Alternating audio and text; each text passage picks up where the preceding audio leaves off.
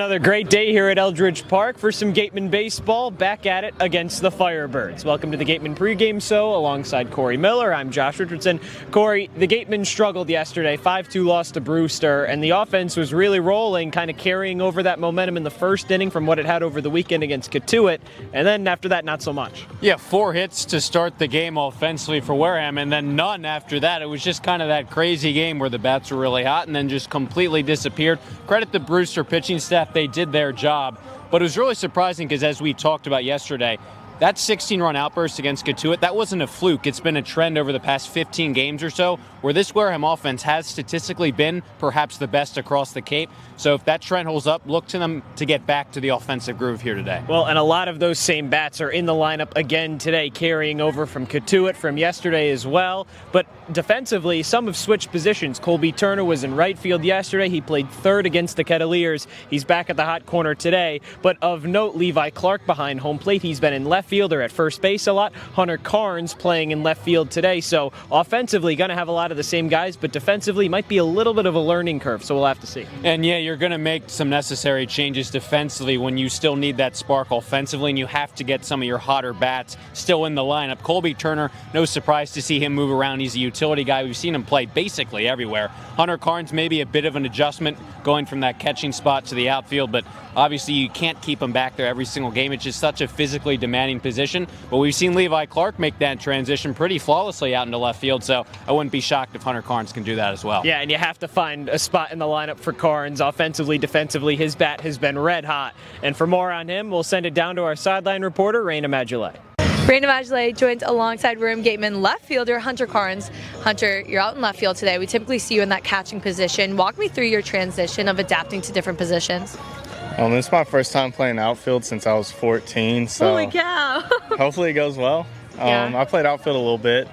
I take fly balls and BP, so that's about as real to the game as you can get, so hopefully it translates. Did Smythe tell you anything before you're going to go into this game at left field today? He just told me I'm playing left field. Catch the ball. Yeah? You got it. So you're on the 3-game hitting streak right now. What's really been working for you up at the plate? Just simplifying my approach and getting to my pitch. Great, thank you so much. Thank you. Thanks, Rayna. Cory and I will have you on the call for first pitch at 6:30 on Cape League TV and on YouTube. Another great day here at Eldredge Park for some Gatemen baseball.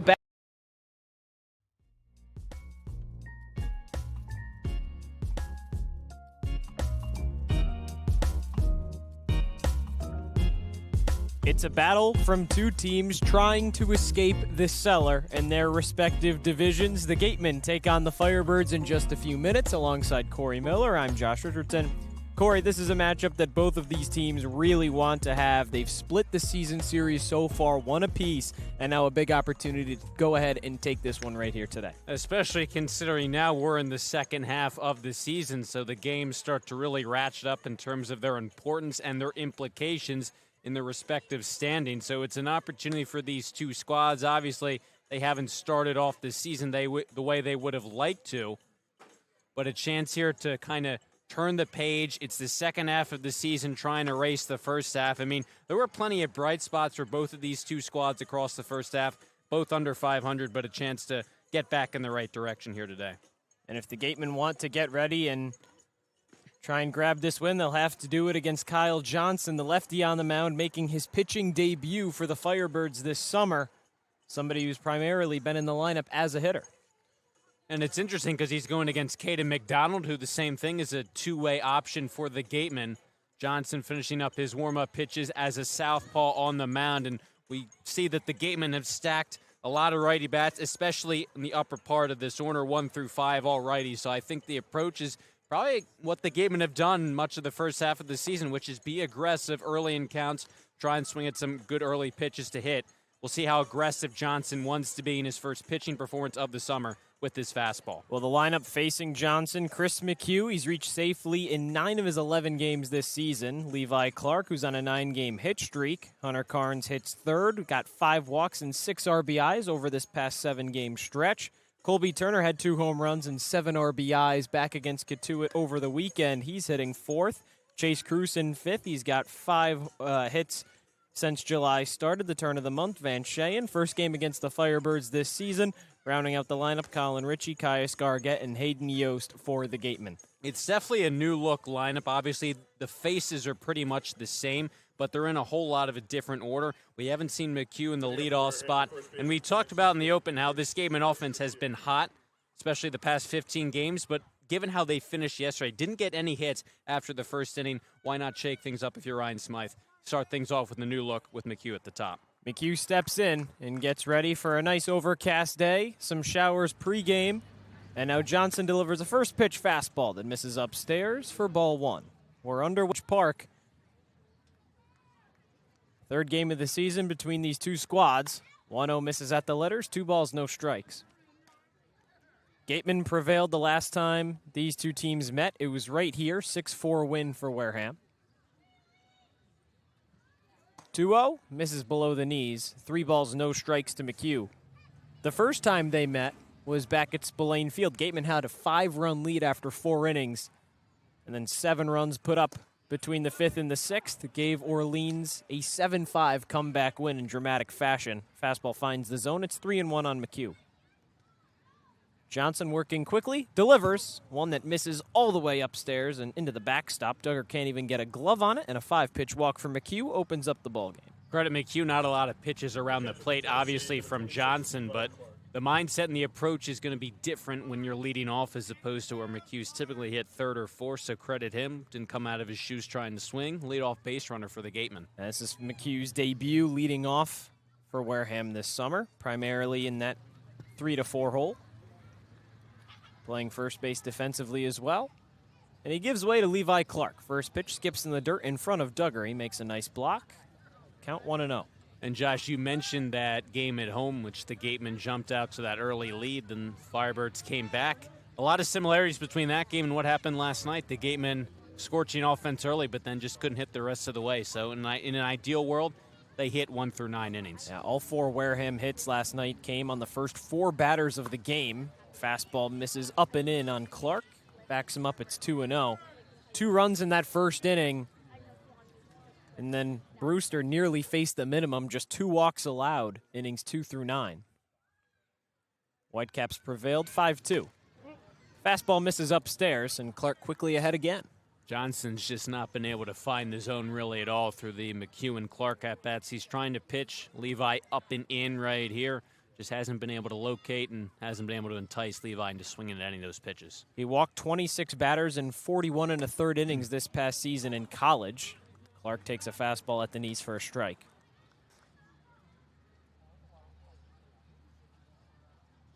Played collegiately at Duke this past season. Fastball right back up the middle and into the outfield.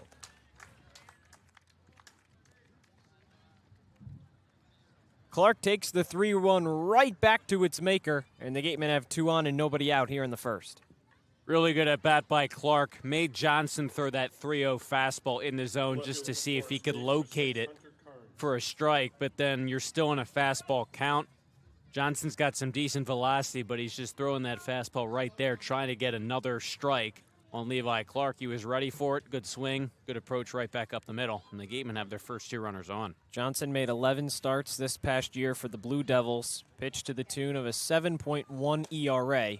Clark takes a breaking ball just above the knees for strike 1.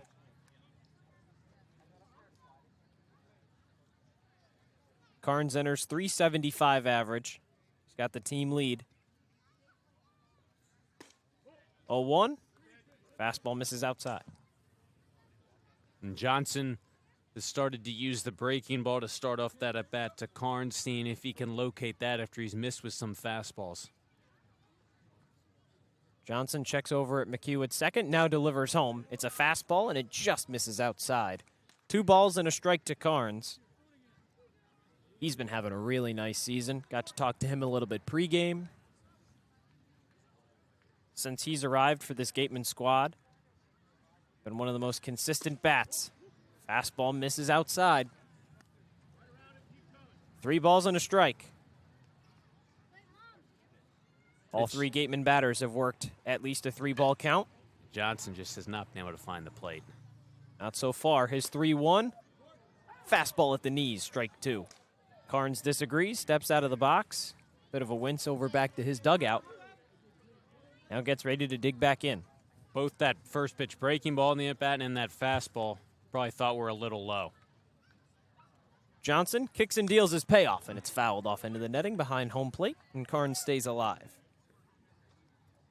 You said it already, Josh, but Johnson is really, when he gets the ball back in his glove and he steps on that rubber, really works quickly back to home plate, so it's something to be aware of if you're a Gatemen hitter. ACC on ACC, Carnes plays collegiately at FSU, so some familiarity there. And a breaking ball skips in the dirt for Johnson, and he's walked the bases loaded here in the first. Still nobody out to bring up Colby Turner, who has been swinging a red-hot bat over these last few games. It's here really wanted to play with the bases loaded, cool off a little bit yesterday, but he really still is swinging that hot bat. Again, a perfect opportunity for him. You have a pitcher on the mound who struggled to find the strike zone. Don't try and expand the strike zone right here, but at the same time, I think you got to be aware of the fact that Johnson might try and steal a strike with the fastball right around the plate, so be ready to cut it loose if he does decide to do that. Turner was 0 for 3 with a sac fly yesterday in the loss to Brewster. Fastball misses above the belt for ball 1. But before that, he was 9 of his last 15 with 3 home runs, a double, and 7 RBIs. 1-0. It's a high fly ball.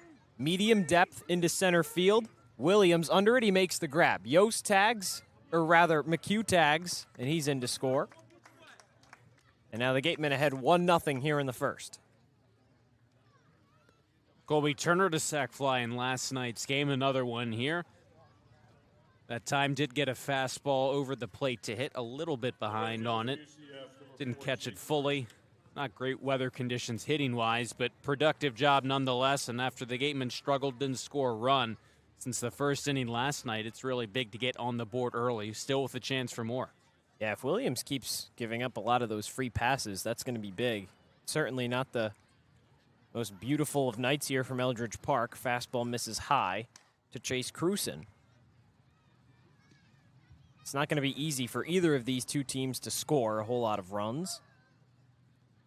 Johnson can't locate. Going to be a good way for a lot of Gatemen batters to reach. Skips one in the dirt all the way ahead of Duggar, and an easy 90 feet for both runners. Clark over to third, Carnes into second. And that will bring up a mound visit here. Duggar heads in to talk to Johnson on the bump.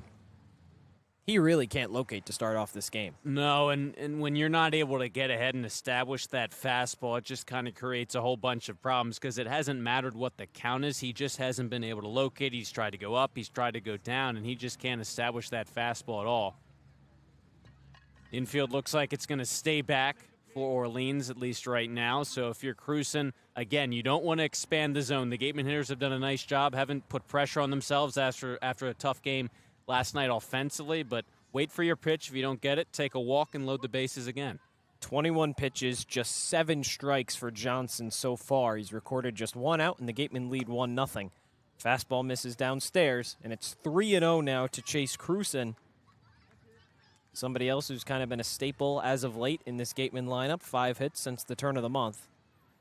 He's got 2 on and 1 out here. 3-0, takes it all the way, and it's a fastball right above the knees for strike 1. And there is some loosening going on already in that Firebirds bullpen. Johnson kicks and deals. 3-1, lined into left field. Drifting back, moving over is Levy. He won't make the grab. 2 runs come in, and it's an RBI double for Chase Cruson. 3-0 Gatemen here in the first. Cruson a nice job again on a 3-0 count. Make Johnson on the mound throw you a fastball in the zone to make sure he can, at the very least, give you that strike, see if he can get a strike. He did. Cruson was then ready to swing on 3-1. Got another fastball, no surprise. Just drove it the other way. Didn't miss a home run by too much. And the Gatemen red hot again offensively. Now Vance Shane comes up, his first game against Orleans this season. Fastball right in the middle of the zone for strike 1. 3 guys in this Gatemen lineup enter hitting under 200. Cheyenne's one of them, but there have been some moments where his bat has really started to connect, and you can kind of feel the momentum building. He takes a fastball outside. It's 1 ball and a strike. Had a home run earlier this season. Single yesterday. 1-1. Runner goes. Cruson slides into third safely for another stolen base. 6th of the season for Chase Cruson. Yeah, the team leader for Chase Cruson. Like the approach there when you have a pitcher who's kind of all over the zone. You don't know, especially if you're a catcher, where the pitch is going to end up. So if you're Cruson, even with a guy who's throwing pretty hard, you have the advantage in terms of the fact that the pitch delivery to the plate's not going to be all that accurate. Now he gets himself 90 feet away from scoring. That'll bring up another visit on the mound. Kelly Nicholson, Orleans manager, comes out to talk to Johnson.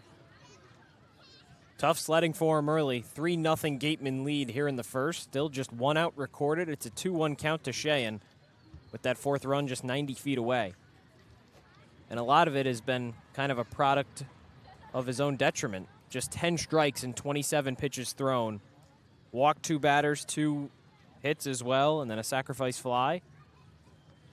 That 1 out was still productive. Other than that, it's been a very solid offensive showing through this first third of the first inning. And you look at the hits by Clark and then Cruson, they both came on 3-1 pitches after he got a fastball, kind of a get-me-over pitch to get back in the count, but then you figure another fastball around the plate's coming because he doesn't really have anywhere to put guys, so he's just falling behind in counts and trying to work his way back. It's just not a winning formula. His 2-1 to Cheyenne is rocketed back up the middle. Cruson scores easily, and an RBI single for Vance Cheyenne moves the Gatemen lead to 4-0.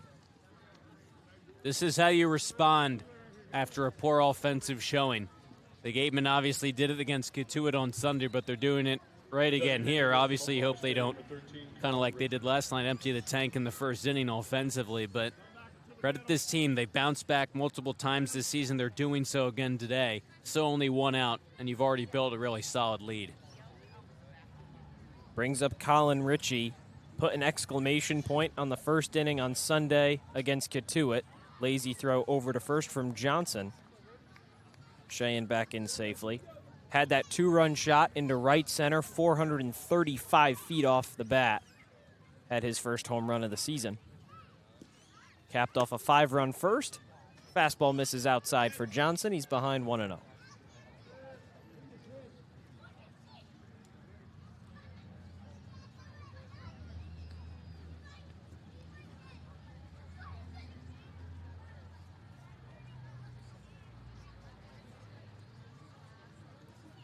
Lefty on lefty, 1-0, big swing and a chopped foul over down the first baseline.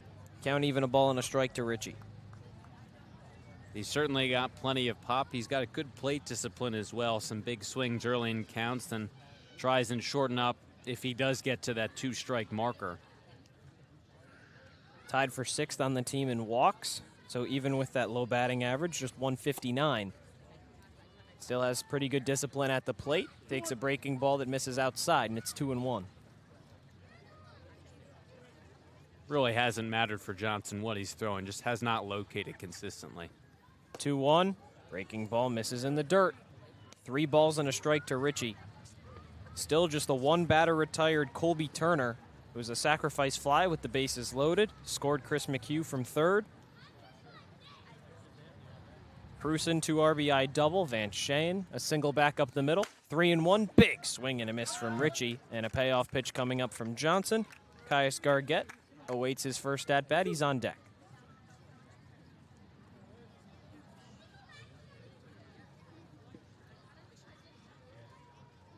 Johnson looks at first, deals to home, and a pitch misses high. It was a fastball, and a full count walk for Colin Ritchie. Puts 2 on and still just 1 out here in the first, and that will be a call to the bullpen. Kelly Nicholson will trot out onto the mound, take that ball from Johnson, and Orleans going to the bullpen early here in the first. It's a 4-0 Wareham lead as the Firebirds make a pitching change. Stay with us on Cape League TV.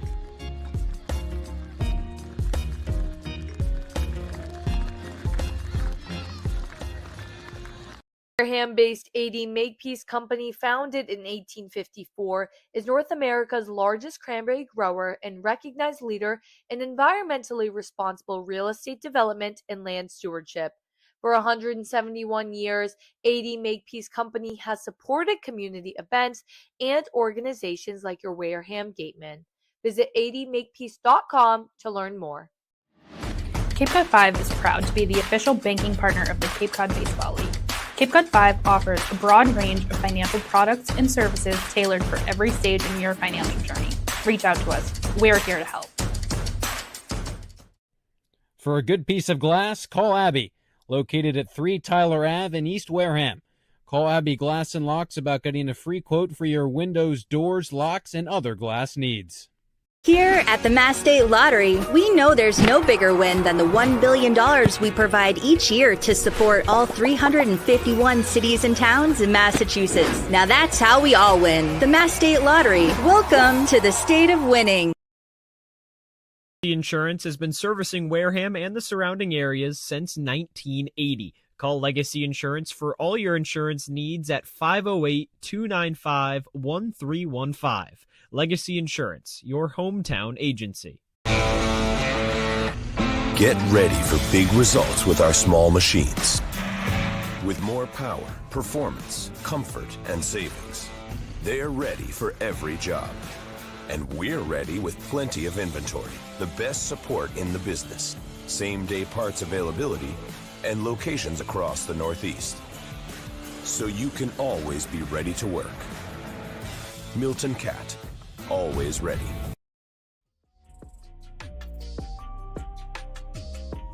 Welcome back to Eldredge Park with the Gatemen threatening to add on for more here in the first. It's a 4-0 Wareham lead over Orleans.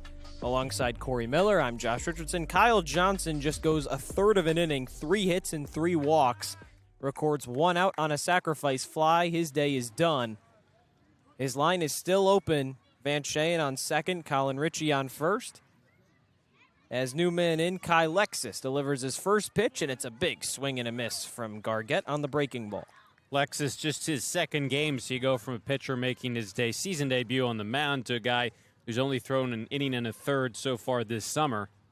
I think obviously, though, it would be hard for Lexus to miss any more with the location as opposed to what Johnson did. So if you're the Gatemen, take note of the fact that, yeah, it's a new pitcher. It's still kind of a pressure-packed situation. Orleans trying to keep the damage, no more than 4, but at the same time, you're probably going to see consistently a lot more pitches around the zone, especially with the fastball. Johnson's outing went walk, single, walk, sacrifice, fly, 2 RBI double, RBI single, walk.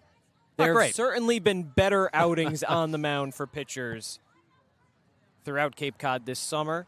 So a tough break for Johnson. His season debut on the mound for Orleans does not go as he might have planned it. Lexus ready to deal. 0-1, skips in the dirt ahead of Duggar. Keeps the ball in front of him, nobody advances. Count even, a ball and a strike to Caius Gargett, the newest TCU commit.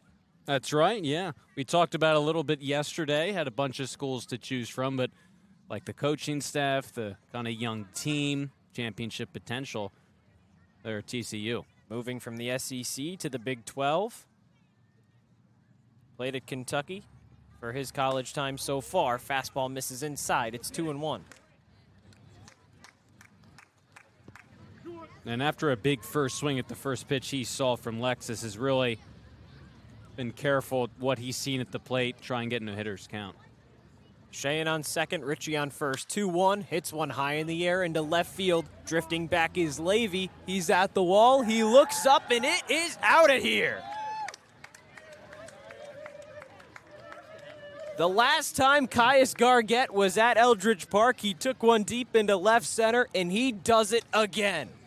Gatemen break this one wide open in the first. It's 6-0 Wareham.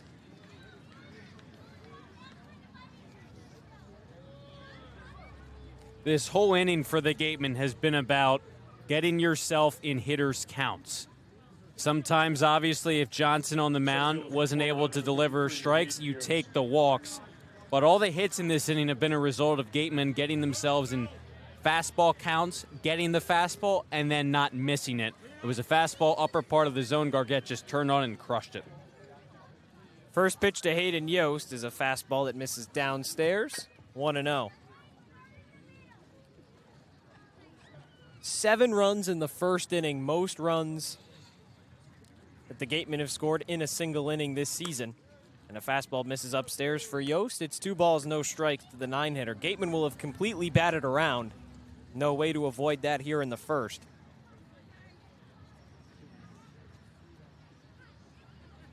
Lexus deals a 2-0.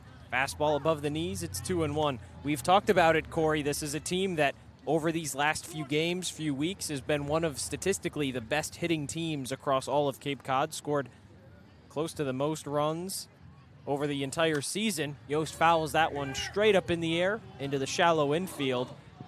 Duggar under it in foul territory, and he makes the grab for 2 outs. Entered yesterday, tied for the 3rd most runs across Cape Cod. But these last few games really been building off of that and showing it here in the first inning today. And again, listen, an offense is going to have off days. There's no doubt about it. It was just sort of a tough situation yesterday. The Brewster pitching staff did a really nice job. The weather delay certainly didn't help. But we figured this Gateman offense, the trends, they were just too productive to take multiple days off. McHugh takes a breaking ball that misses outside, 1-0. Yeah, the 2 runs yesterday, scored both of those in the first inning, courtesy of the first 4 batters of the game. The only 4 hits for Wareham. 1-0, fastball misses outside to McHugh. Day before that, well, 2 days before that, rather, had the off day in between. Matchup against Cotuit on Sunday, 9 runs in the first 2 innings, 5 in the first, 4 in the second. Take that one overall, 16-9. Flashes have been shown, and now the offense right back where they left off. Weak number down the first baseline. It's a long run there for Lexus, and he wins the race to first. McHugh is retired, and that ends the top of the first, but not before the Gatemen plate 7, and a big lead for Wareham, with Orleans trying to fight back in the home half. You're listening to it all on Cape League TV.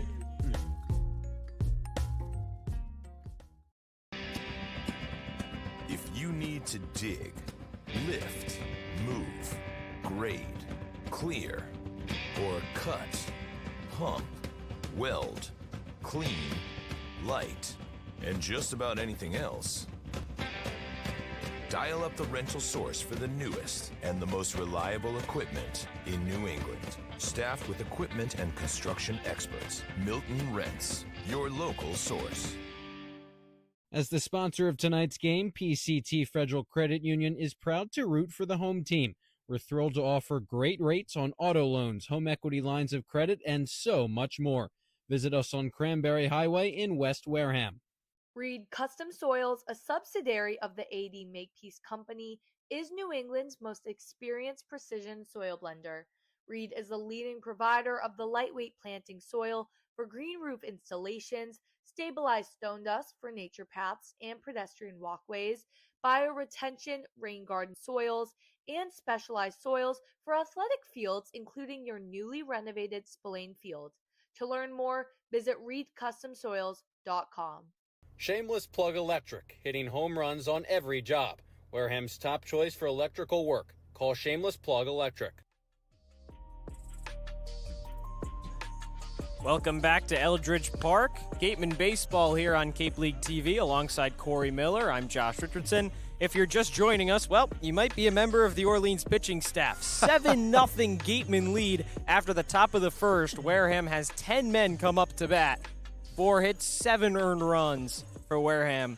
And now Caden McDonald on the mound, the righty from Florida, has a lot of support behind him.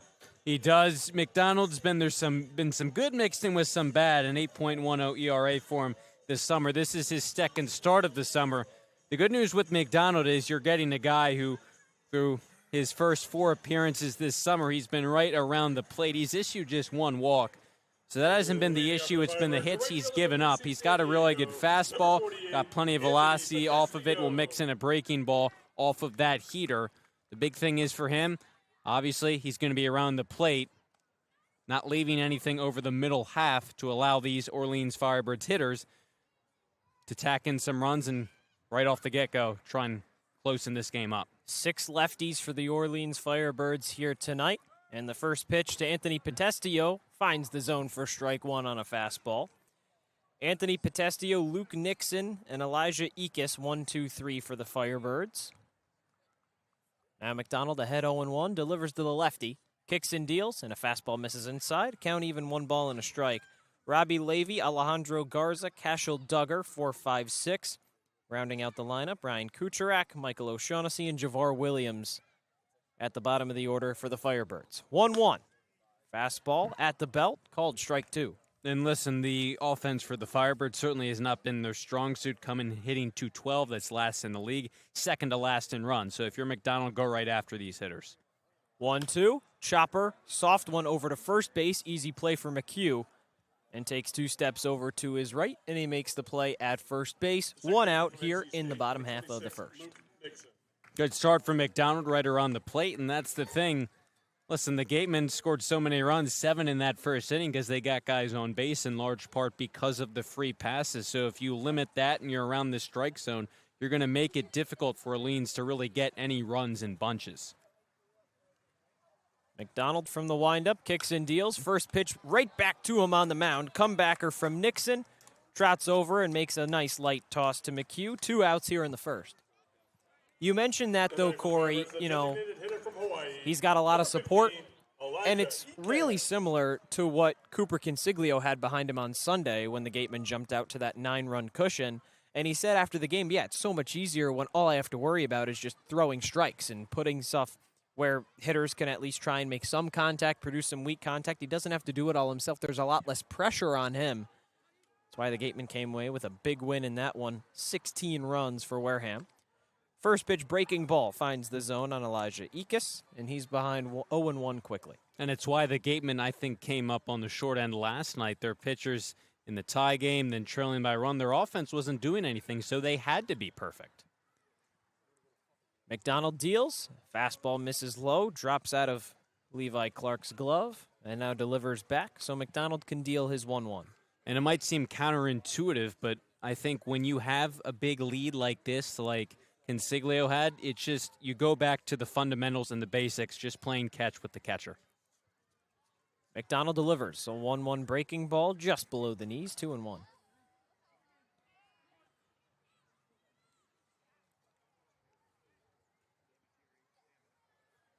Ekis enters, hitting .271 on the season, 800 OPS.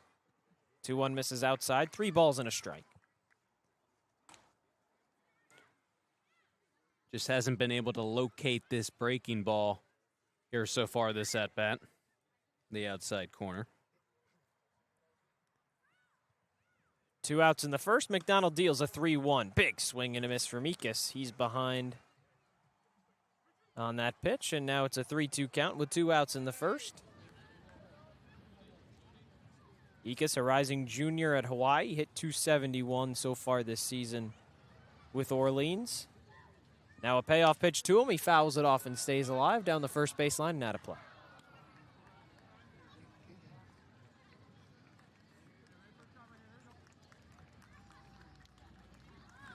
Ekis was 1 for 5 with 2 strikeouts and a stolen base against the Kettleers yesterday.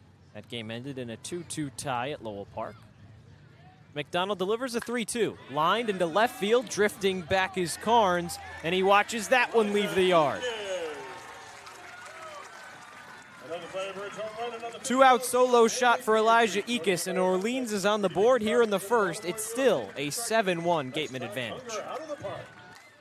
It's obviously never ideal to surrender runs, but it's not the worst thing in the world for McDonald. Certainly you don't want to make a habit out of it, but listen, he fouled off a couple of 2-strike pitches. He had another payoff pitch coming, tried to make a pitch over the heart of the plate, a solo home run. That's not up by 6 still. That's not what's going to beat you if you're the Gatemen. It's letting guys on base and then allowing the home runs. Big swing and a miss from Levy on a fastball. He's behind 0-1. And that's one of those things that getting out to a 7-run lead, it's really not the end-all be-all like it could be if you only score 1, maybe 2 runs in that first. Game gets a lot closer. Fastball misses outside for McDonald, 1 ball and a strike. But it's going to be really important for the Gatemen. Yes, they're up by 6. You have to do better than to just score all your runs in 1 inning. It's the first home run of the season McDonald has allowed, and that's one lined into right field. And Levy has a 2-out hit, back-to-back for Orleans. Might have something brewing here in the first. We've really seen it. These runs, they can come in bunches for a variety of these teams. We talked about yesterday just how much the offenses across the Cape have been producing, especially as of late this summer. Listen, if you're McDonald, missed with some pitches over the plate the past two batters, just try and get back on track with the righty up at the box now. Mix and match your pitches, but trying to be really intentional with your location. Alejandro Garza steps up into the batter's box.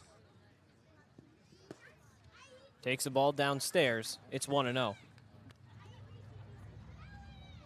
Garza, nicknamed Peanut by this Orleans squad. Had a bunch of the young Firebird fans chanting his nickname as he steps up to the plate, takes a fastball over the heart. It's 1-1.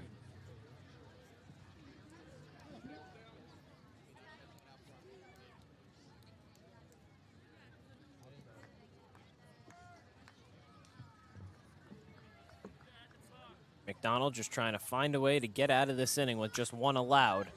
And Peanut fouls that off down the first baseline and out of play. Hopefully he's not allergic to peanuts, Josh.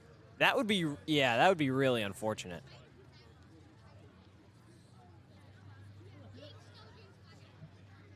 I would have to guess that the nickname probably comes from his height. I mean, he's only 5'10" isn't that short. I'm 5'10". I consider myself somewhat short. It's a great height. 1-2, chopper over to short. Sheehan plays it on 2 hops. Long throw over to first and retires the side. McDonald allows the 1-run solo shot from Elijah Ickes. And Orleans gets 1 run closer, but it's still a 7-1 lead for the Gatemen here on Cape League TV. Getting a good personal injury attorney is very difficult. If you or a family member has been involved in an accident, hurt at work, suffered a slip and fall, or have been injured due to negligence of someone else, contact the lawyers at Reedy, Kiernan, and McNally, LLP today. They are experienced trial attorneys who practice in all of the courts in the Commonwealth. The firm has been recognized by Best Lawyers in America for outstanding legal representation. Contact Reedy, Kiernan, and McNally, LLP today. The firm is located at 267 Main Street in Wareham. Reedy, Kiernan, and McNally, LLP also has offices in New Bedford and Falmouth. Call 508-295-0286 or visit their website, www.rkm-law.com.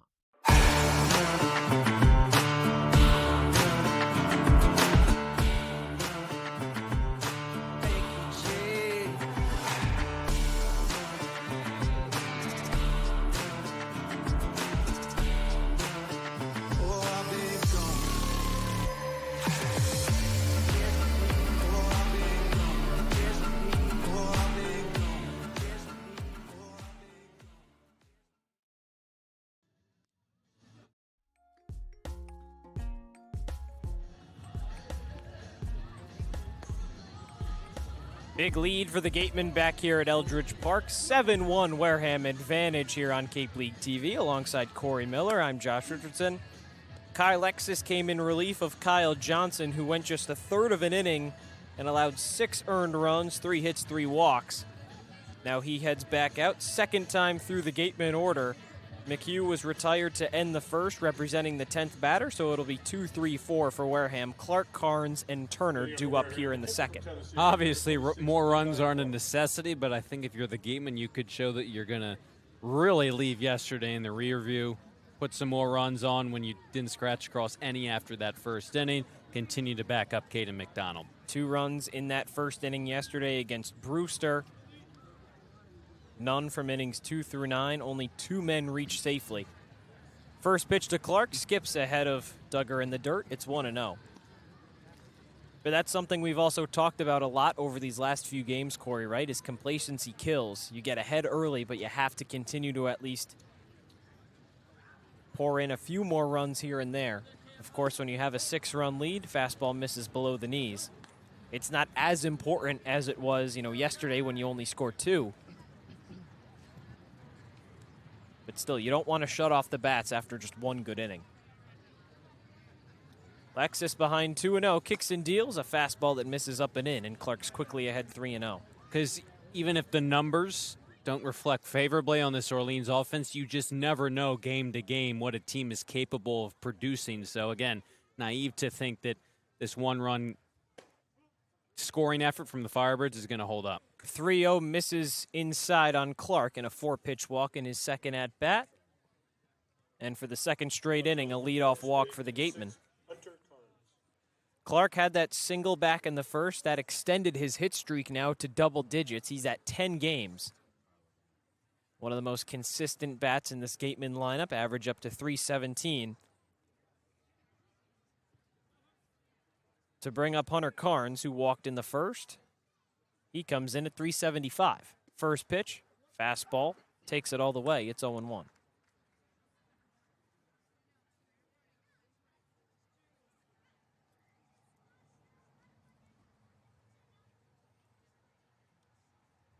Short lead for Clark at first. Lexus deals for home. Breaking ball just below the belt, and it's 0-2.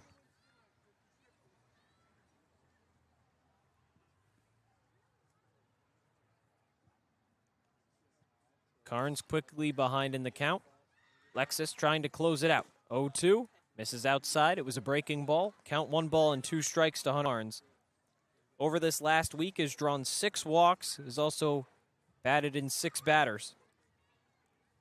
500 on base percentage entering this game. Since he's arrived for Wareham, one of the best bats in this lineup. Fouls one off down the first baseline and out of play. Good 2-strike approach from him right there.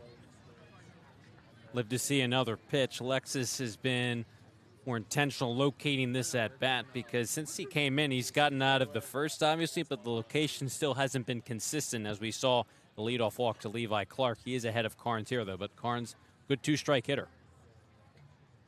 Check over to first base. Easy throw, not in time.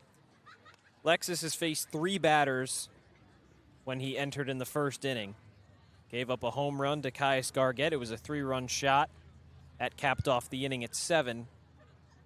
Hayden Yost popped out back to the catcher, and Chris McHugh grounded out back to Lexus. Ball skips in the dirt ahead of Carnes, and the count evens 2-2. He's really tried to work that curveball into the mix after getting 2 strikes on Carnes. A couple misses on the outside corner. Trying to just get anyone out at this location. Shift is on for the Firebirds. So a big gap over into right field. Carnes skies one into shallow center field. It drops in front of Williams. Clark over to second, and Carnes with his first hit of the day. Visibility right now is definitely an issue here at Eldredge Park. The fog is really setting in. That happens a lot with a majority of these East opponents in the East Division. For Williams to try and see that ball, you know, maybe on a sunny day he has a better jump at it and can read it, but he had to let that one drop in front. Something to keep in mind for both of these teams defensively with anything hit in the air to the outfield. That brings up Colby Turner, the cleanup man, and takes a breaking ball that misses outside. Turner's got 2 on, nobody out. Clark on second, Carnes on first. Turner had a sac fly to score McHugh. First run of the game for the Gatemen. 1-0.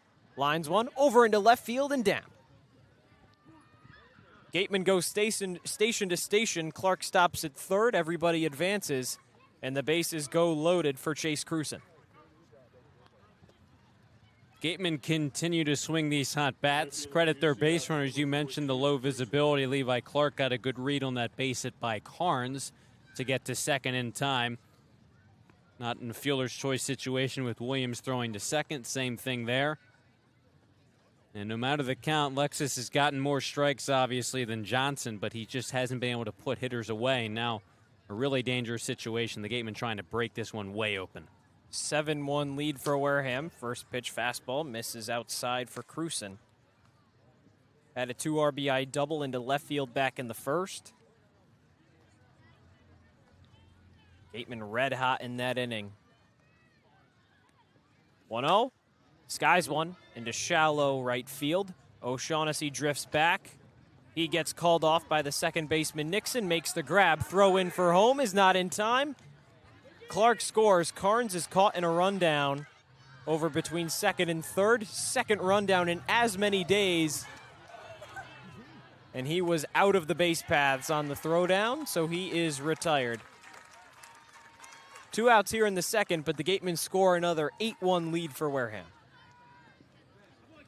Kind of an interesting play all around. I like the send, obviously, from third. You have Nixon with his back towards home plate, tracking down that foul ball or fly ball into shallow right field. So even though it's not all that deep, it's really tough to turn and throw accurately with a lot of velocity to the plate. Clark is there safely. I appreciate the aggressive approach, but just left a little late. Did Carnes to try and get up to third.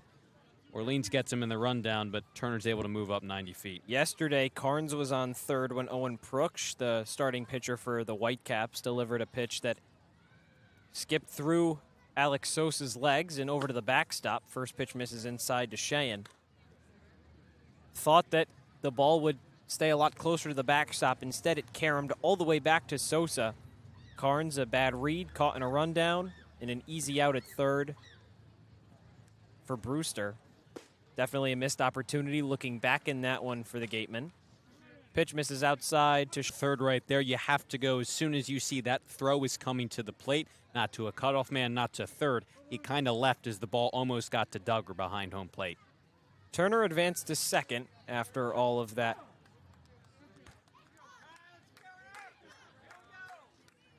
And now a 2-1 here for Cheyenne, takes a fastball. 8-1 lead for Wareham here in the second. 2-1 count. Breaking ball misses downstairs, 3-1. And this is the thing with Lexus, as I talked about. He's been more consistent than Johnson around the zone, but he's just having a tough time attacking hitters and putting them away. Lexus delivers. Chopper over to short. Played on by Kucherak on a charge. Throw over to first is dug out of the dirt for O'Shaughnessy. And that retires the side in the top of the second. Gatemen played another 8-1 advantage for Wareham. And the Firebirds coming up to bat here in the second on Cape League TV. Be sure to visit where the stars of tomorrow shine tonight. Law. Live, life, law. Covering all residential and commercial real estate matters. You live life to the fullest and let us Sync Law. That's synklaw.com. Sync with an I, not a Y. Be selfish. We represent only you. Sports Turf Specialties has set the standard for high-quality natural grass athletic field construction. As a full-service athletic field construction company, we specialize in design, build, and renovation of native soil, modified soil, and sand-based athletic fields. Our team will provide you with superior quality, expert guidance, and continuing support long after the completion of our project. We are proud to have built the infield for the Wareham Gatemen field. Go Gatemen.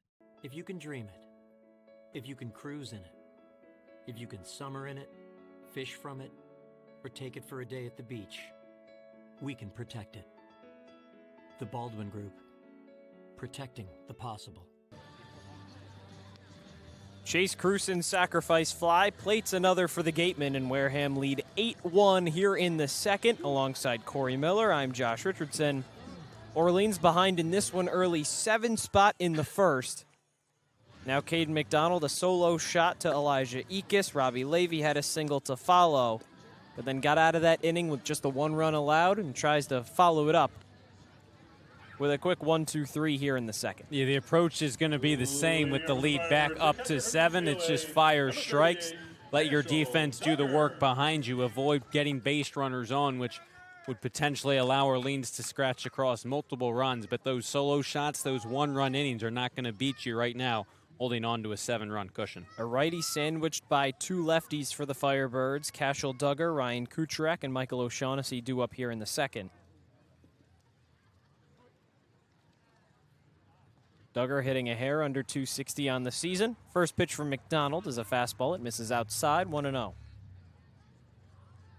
Big thing for McDonald is going to be how can you get hitters off of your fastball. Locating that breaking ball is going to go a long way in that.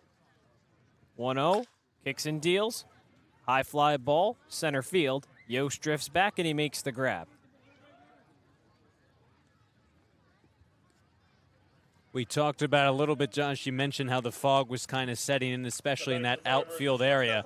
So it's going to be a little bit more difficult. It's much better for the infielders. It's kind of centered around the outfield area, especially for those center fielders and Yost, who's got a lot of ground to cover at Eldredge Park with that deep center field. The initial reads off the bat are going to be really important for the outfielders. First pitch to Kucherak, hits one foul and drifts over down the first baseline and out of play.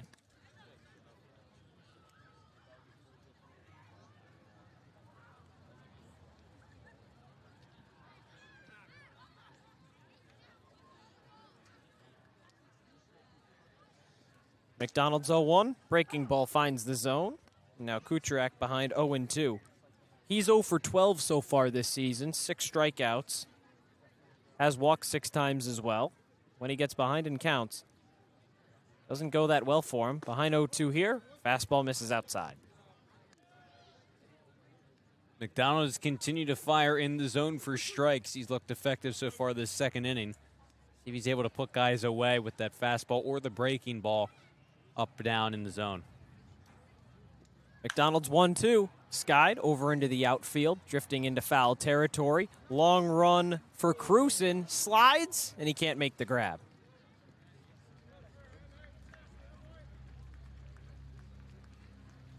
Cruson collides with that fencing over into right field, separates the spectators from the ball players. He's quickly up and retakes his position in right field. That can't have felt good. No, it was after that slide. It just took him right into that fence once he made that dive in an attempt to catch the ball. The fact that he got that good of a jump from the get-go and had that much of a chance to catch that pop foul says a lot about his reads. And a good sign that he saw that ball pretty well despite the fog. 1-2. Chopped over to third, but foul and out of play. But yeah, his reads, no doubt, and his speed too, because again, that ball just landed in play before it would have escaped out of play over the fence down that first base line. So he had a long ways to go to track that ball. Almost got there. McDonald kicks and deals. His 1-2. Big swing and a miss from Kucherak. Drop third strike. Carnes delivers a bullet to first, or Clark rather, for the second out.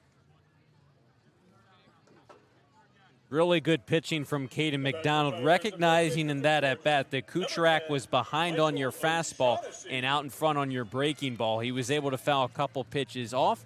So what did McDonald do? He threw one out of the zone. Good breaking ball that started at the knees, dipped below the zone, got the swing and the miss from Kucherak. Really nice at-bat and quick 2 outs from McDonald. That brings up O'Shaughnessy, righty on lefty with 2 outs here in the second. 8-1 lead for the Gatemen. McDonald kicks and fires. Big foul off from O'Shaughnessy, and he's behind 0-1. O'Shaughnessy leads the team in walks. He's currently on a 14-game on-base streak. 21st game of the season. Gotten on base about 75% of the time, or in 75% of the games, rather. McDonald delivers. Breaking ball over the heart of the plate, strike 2. And it's a luxury to have that at the bottom part of the order, hitting 8th. Kind of extends that lineup down. Orleans needs that production. Obviously, entering play, the team struggled with the batting average. 0-2. 2 outs in the second. McDonald kicks and fires. Pitch misses upstairs. At the numbers, it's 1-2. And when you have a guy like O'Shaughnessy who's got a really great eye, great plate discipline, McDonald did what he needs to do in this kind of at-bat, which is get ahead.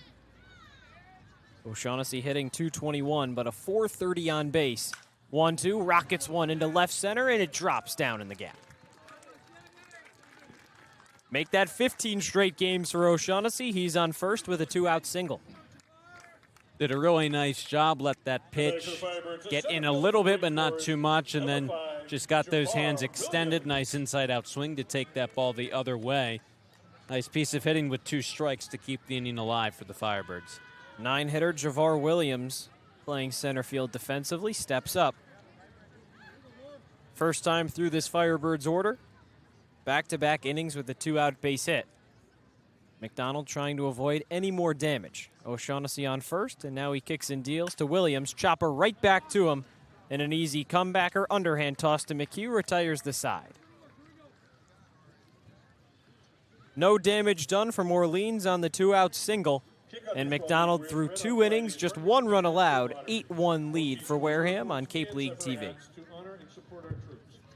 Turf Specialties has set the standard for high-quality natural grass athletic field construction. As a full-service athletic field construction company, we specialize in design, build, and renovation of native soil, modified soil, and sand-based athletic fields. Our team will provide you with superior quality, expert guidance, and continuing support long after the completion of our project. We are proud to have built the infield for the Wareham Gatemen field. Go Gatemen. There hasn't been a ton of training when it comes to bat speed or products for players to be able to train bat speed.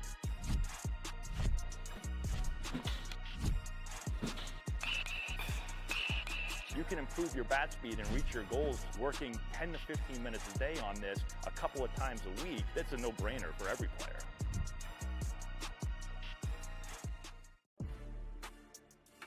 You can make any bat feel lighter by adding a velo puck knob. Instead of having to go get a whole entirely new bat, you can simply add the puck to it. Players can use this with any bat. It's basically going to shift the weight of the bat a little bit more towards the hands. Players are able to hit the ball a lot harder just by simply adding the puck on.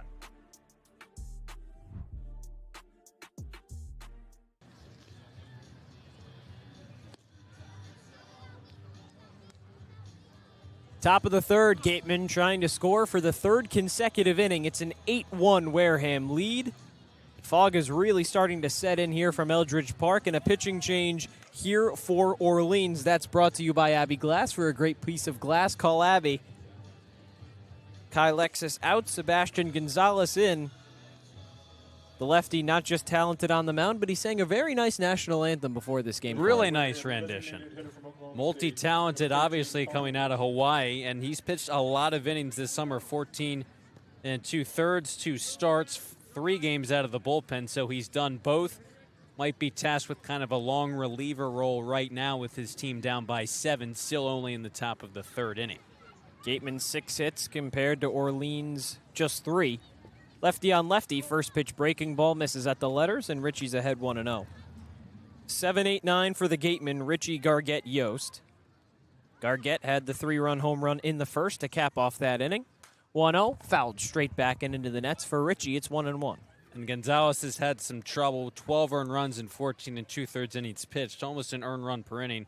The ERA's at 7.36. The big key for him is going to be strikes because his 2 predecessors struggled to find the zone consistently. 1-1. Fastball misses downstairs. 2 balls and 1 strike. 3 walks for Kyle Johnson. Just 1 walk for Lexus. Not a whole lot of strikes being thrown between the 2 of them. Fastball misses downstairs.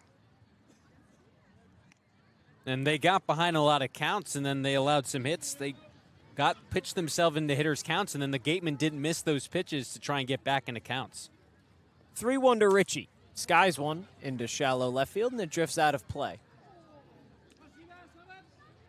Johnson, 34 pitches, 13 strikes. Lexus, 30 pitches, 13 strikes. So finding that zone, pretty difficult. Jim Fonseca behind the mound, behind the home plate, calling balls and strikes. Soft chopper over to third, played on by Garza. Long throw, but it won't beat Richie. He's in safely at first with a leadoff single. A kind of slice on that ball. Ate Garza up a little bit. Charging initially, you knew it was going to stay fair because it landed almost directly in front of the third base bag. Garza kind of went too far around that ball to the third base line, but it kind of checked up and then sliced towards the shortstop side. So he had to kind of come back around. That delay in the route allowed Richie to beat it out. Good hustle, and once again, the Gatemen have a leadoff runner on. Caius Gargett scores up a bunt, pops one straight up in the air, drifting into foul territory and out of the grab of Duggar. That's been something that's happened a lot for the Gatemen, trying to place down successful bunts, and it ends up working a lot to their detriment. Seen a few from Braden Randall that he just kind of gets his bat under, ends up as easy plays for whoever's catching that night. Gargett avoided a similar fate right there, but now behind, no balls and a strike. Chops one foul on the 0-1. And now he's behind 0-2. Yeah, those bunt pop-ups are kind of the last thing you want to do in that situation, because if you miss or you pull it back, take a called strike, or just roll it foul, you get to see a couple more pitches, whereas you pop it straight up and in and around home plate fair territory. It's really easy for the defense to find that and make the catch for a quick, unproductive out. 3 Firebirds on the left side of the infield. Nixon over on that side of second base. Big hole into right field. Gargett fouls that one back over the press box and out of play. That's been something that only a handful of teams across Cape Cod have really been trying to take advantage of, is the shift. Orleans has done it a lot.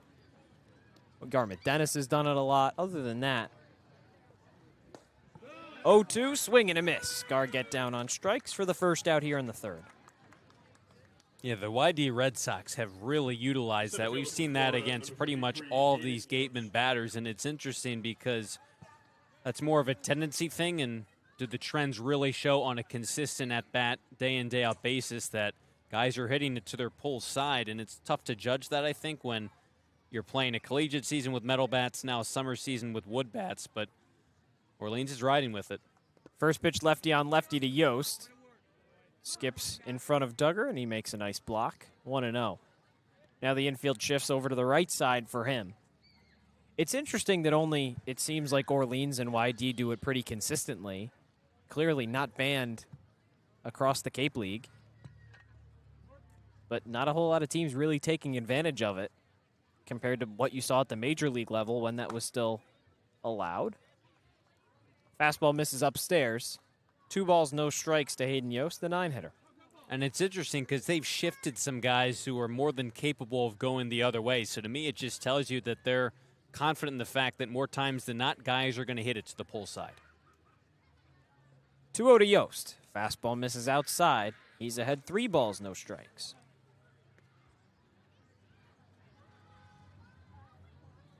Orleans today really having difficulty finding the zone consistently. Quickly behind on another batter here. 3-0.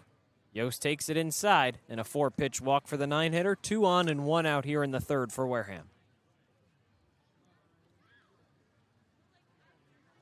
And that's the guy, if you're Gonzalez, you want to attack because lefty on lefty, and now you got the top of the order and 4 straight righties. Give the Gatemen some credit at the same time. Orleans has struggled to locate. Well, we know the Gatemen like to be aggressive early in counts, but they haven't expanded the zone and compromised swinging out a ball. 2 on, 1 out. Delivery home. Big swing and a miss from McHugh. Behind 0-1. That being an exception right there, though. That one buried in the dirt from Gonzalez. Good breaking ball. McHugh's 3rd plate appearance in as many innings. Walked to lead off the first and then ended the first with a ground out back to Lexus on the mound. Takes a fastball at the knees. He's behind 0-2. And we've talked about, Josh, how, the average and the runs have gotten up there for the game, and then the home runs too, but the walks were still kind of that one thing lacking. Well, they've put both or all of the ingredients together today. Quick pitch, 0-2, and fouled off into the netting.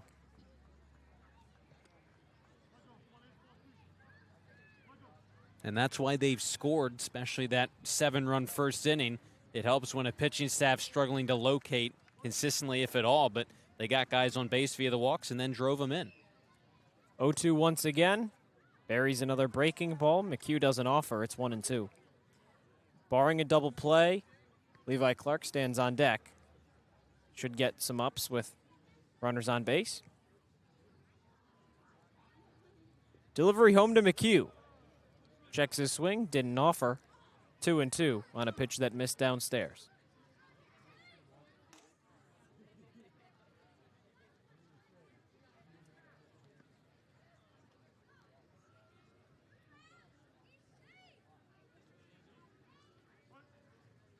Two on, 1 out for McHugh. 8-1 lead for the Gatemen here in the third. Line over to first, diving play from O'Shaughnessy. And a step on first for an easy double play. Oh. Tough break for Wareham. 2 runners stranded, but still supporting an 8-1 lead over Orleans heading into the home half of the third. Wareham-based 80 Makepeace Company, founded in 1854, is North America's largest cranberry grower and recognized leader in environmentally responsible real estate development and land stewardship. For 171 years, 80 Makepeace Company has supported community events and organizations like your Wareham Gatemen. Visit 80makepeace.com to learn more. Cape Cod 5 is proud to be the official banking partner of the Cape Cod Baseball League. Cape Cod 5 offers a broad range of financial products and services tailored for every stage in your financial journey. Reach out to us. We're here to help. For a good piece of glass, call Abby, located at 3 Tyler Ave in East Wareham. Call Abby Glass and Locks about getting a free quote for your windows, doors, locks, and other glass needs. Here at the Mass State Lottery, we know there's no bigger win than the $1 billion we provide each year to support all 351 cities and towns in Massachusetts. Now that's how we all win. The Mass State Lottery. Welcome to the state of winning. Second time through the lineup for Orleans. It's the bottom of the third here from Eldredge Park. Alongside Cory Miller, I'm Josh Richardson. Caden McDonald back on the mound. Petestio, Nixon, Ekis trying to do some damage, with Wareham supporting a large 7-run cushion. And McDonald has done what he's needed to do through 2 innings with that large advantage. He's just been around the plate. Obviously, Ekis had that missile home run to left off of him, but other than that, he's been around the zone. He's been throwing strikes and pitching well through 2 innings. First pitch to Petestio, high chopper over to McHugh. Plays it behind, toss over to first, and an easy quick out for Caden McDonald. 1 retired here in the third. Now batting for the Firebirds, the second baseman. And when you have a pitcher who's around the plate, the hitters might definitely be aggressive and make contact on pitches around the zone, but at the same time, your McDonald recognizing that the Firebirds mentality might be, we really got to swing the bats. We're down by 7 runs, so they might be overly aggressive in the box. First pitch to Nixon, right at the knees on a fastball for strike 1. Yeah, really a tale of 2 pitching staffs. McDonald, 33 pitches, 24 strikes. Those numbers similar to the first 2 in the game for Orleans. Chopper from Nixon over to second. Easy play for Gargett. 2 up, 2 down here in the third.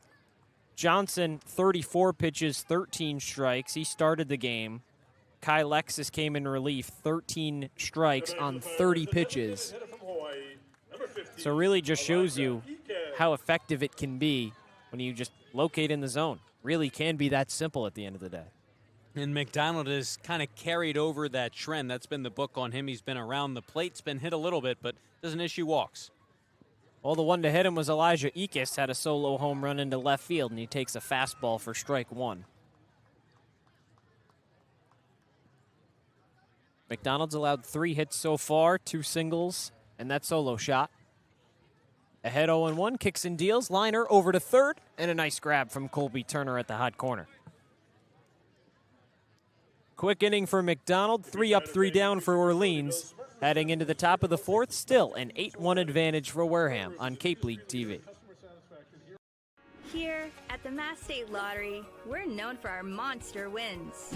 But there's no bigger win than the $1 billion we provide each year to support all 351 cities and towns in Massachusetts. In our game, we know that supporting local businesses and helping communities is how we all win. Because at the lottery, we're all playing for the home team.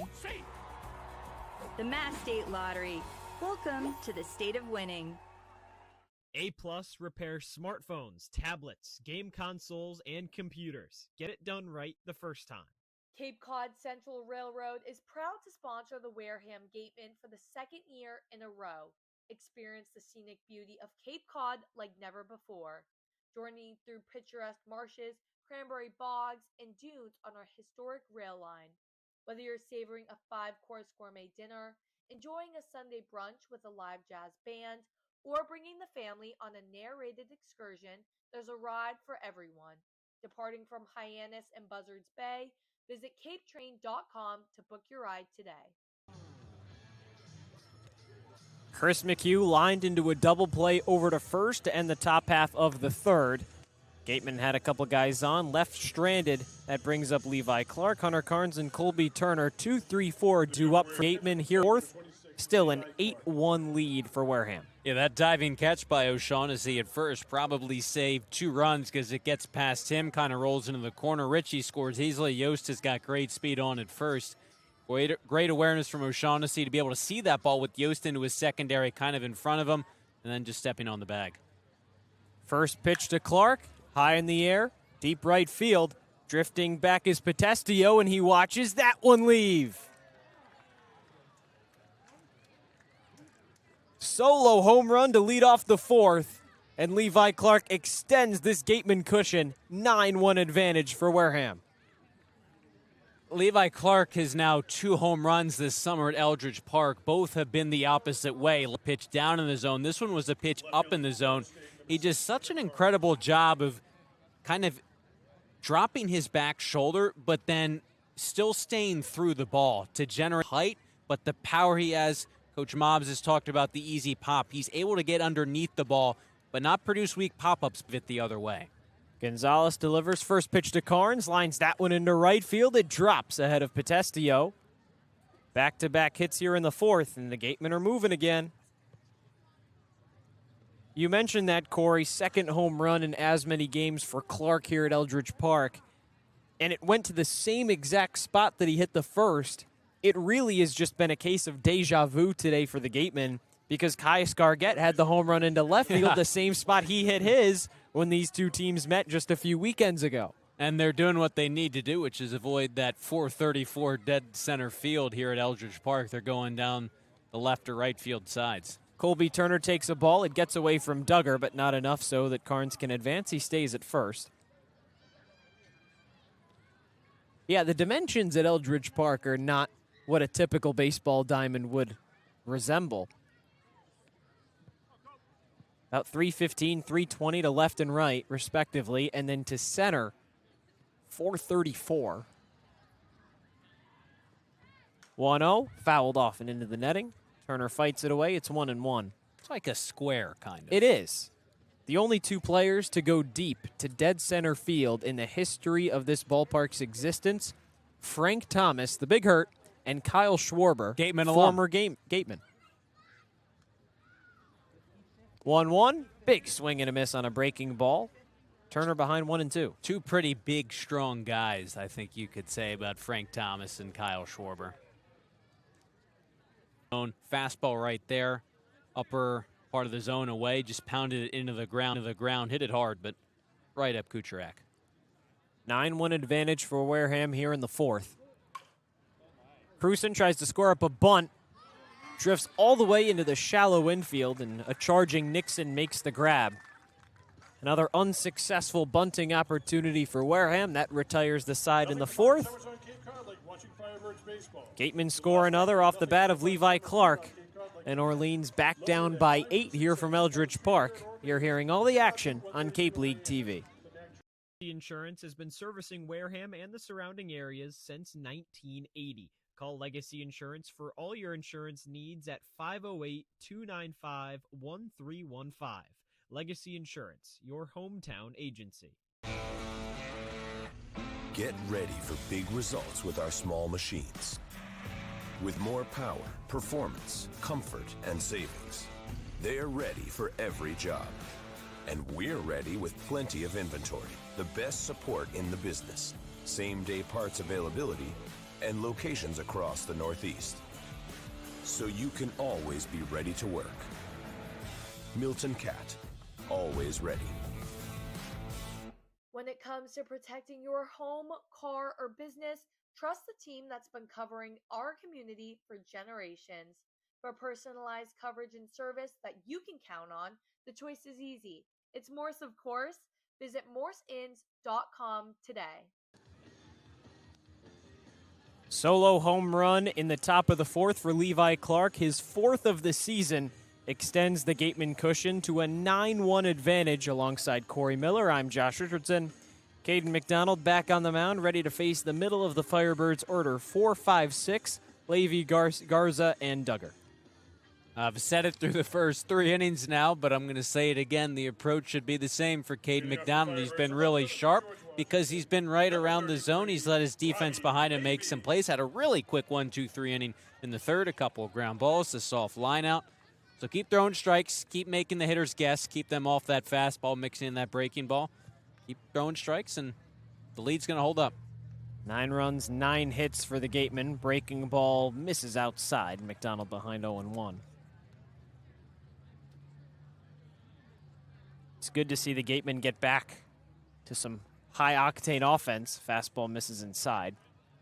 Had it against Cotuit, had it for the first inning yesterday against Brewster, and then lost it for the following 8 innings. 2-0. Big swing, fouled off into the night sky, down the third baseline and out of play. This would be nice if they could have these offensive performances every night, and you don't want to turn a blind eye to what McDonald's doing on the mound, but the offense once again has found its groove. 3 innings, 3 hits, just 1 earned run. This is a fastball upstairs. No walks and a strikeout. Has a home run allowed. ZRA has dropped about 2 runs, down to a 6.5. Delivers home, line back up the middle and down for a base hit. Yost cuts it off. Hard turn from Levy, but he stops at first. Leadoff single in the 4th for Orleans. Just a pitch that stayed over the heart of the plate. Levy, good patience, waited for it, just turned on it. Solid base hit to begin the bottom of the 4th. And the Firebirds have mixed in a couple of base hits. You got Ekas' homer. Levy's got a couple hits. O'Shaughnessy is a hit, so they've gotten their barrel to the ball a couple times tonight, but McDonald's been able to strand what little traffic he's had on the base pass so far. 4 hits tonight for the Firebirds, 2 by Levy. Singles in the 1st and 4th innings. Brings up Garza. First pitch, grounder over to short. Sheehan to Gargett to McHugh. 6-4-3 double play. It erases the leadoff single. 2 outs here in the 4th for the Gatemen. That's just the textbook tailor-made double play right there. First pitch fastball in on the hands on Garza. Just couldn't lift it off the ground. Hit right at Shane at shortstop. Hit fairly hard enough to where it's an easy turn, 6-4-3. Well done by the Gatemen. Look at that. McDonald throwing strikes. And as you said, erases that leadoff base hit from Levy. 31 strikes, just 12 balls. Very efficient day for McDonald on the mound. His best appearance of the season. Fastball misses outside to Cashel Duggar, the catcher. And that's what you have to do when you want to go deeper into games. You have to throw strikes and be efficient. You need your defense to make some plays, but if you're not around the strike zone, the pitch count's going to elevate.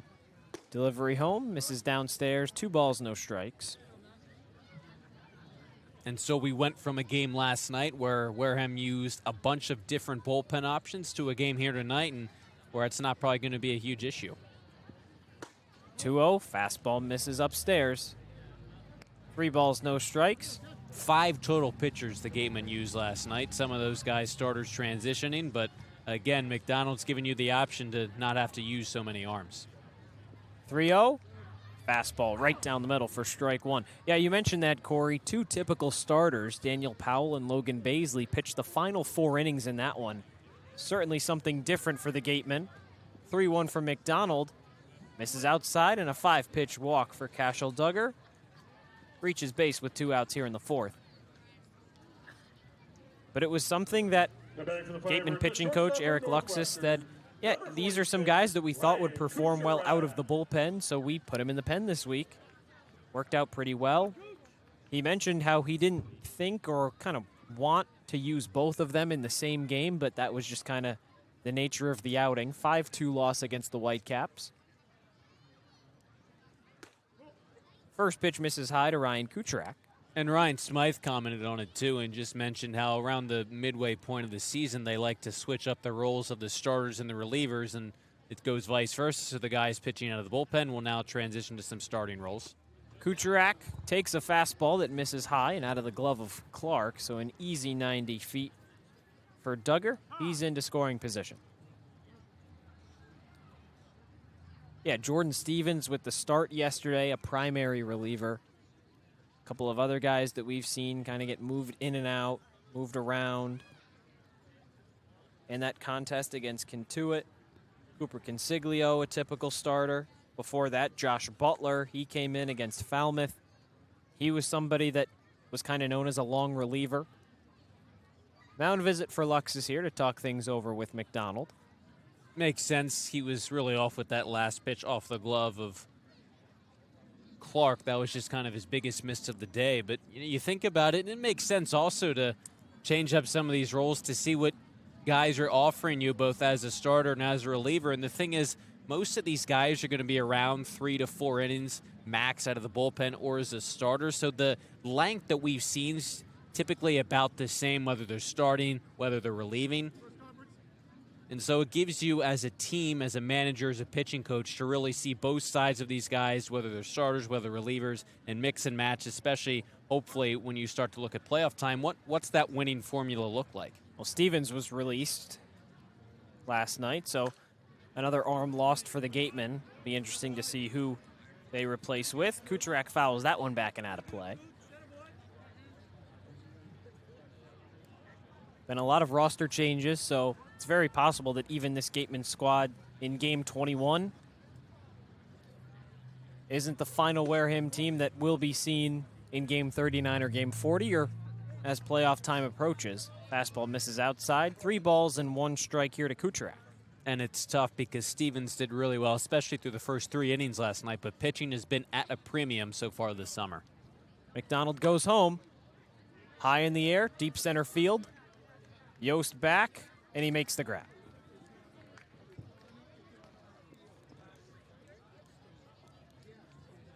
Yost retires the side on the fly out to center field.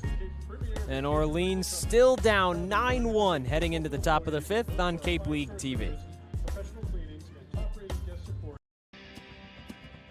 If you need to dig, lift, move, grade, clear, or cut, pump, weld, clean, light, and just about anything else, dial up the rental source for the newest and the most reliable equipment in New England.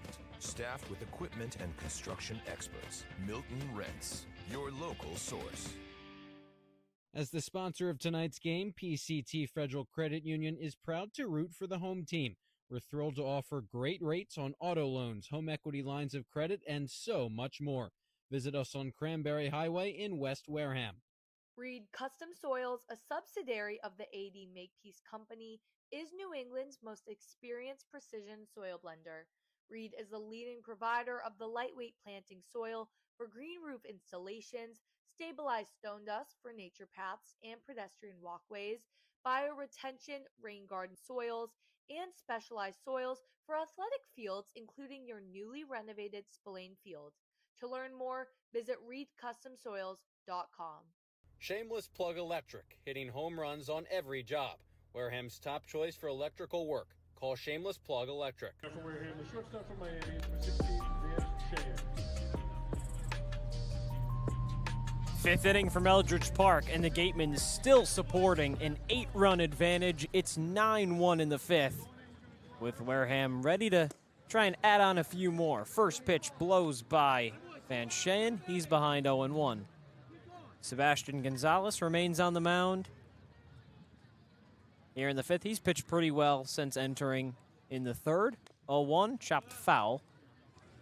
And Gargett quickly behind 0-2. And his assignment was just to kind of eat innings because you had 2 pitchers who just not at all went deep into this game. You got a 1/3 of inning from Johnson, inning 2/3 from Lexus, but that's not a whole lot. 0-2, fastball misses high. Cheyenne gets a pitch back. It's 1-2. Gonzalez, 2 innings, 3 hits, 1 run, a walk and a strikeout as well. But compared to his 2 predecessors, certainly an uptick in production. Breaking ball misses downstairs, 2 balls, 2 strikes. He's had a few issues with location, but he's been a lot more consistent around the plate, which in his role you need to do because right now he's got somewhat of an important role because you're trying, even with an off day tomorrow, not to overtax your bullpen. League-wide off day on Thursday. 2-2. Breaking ball just misses outside to Cheyenne.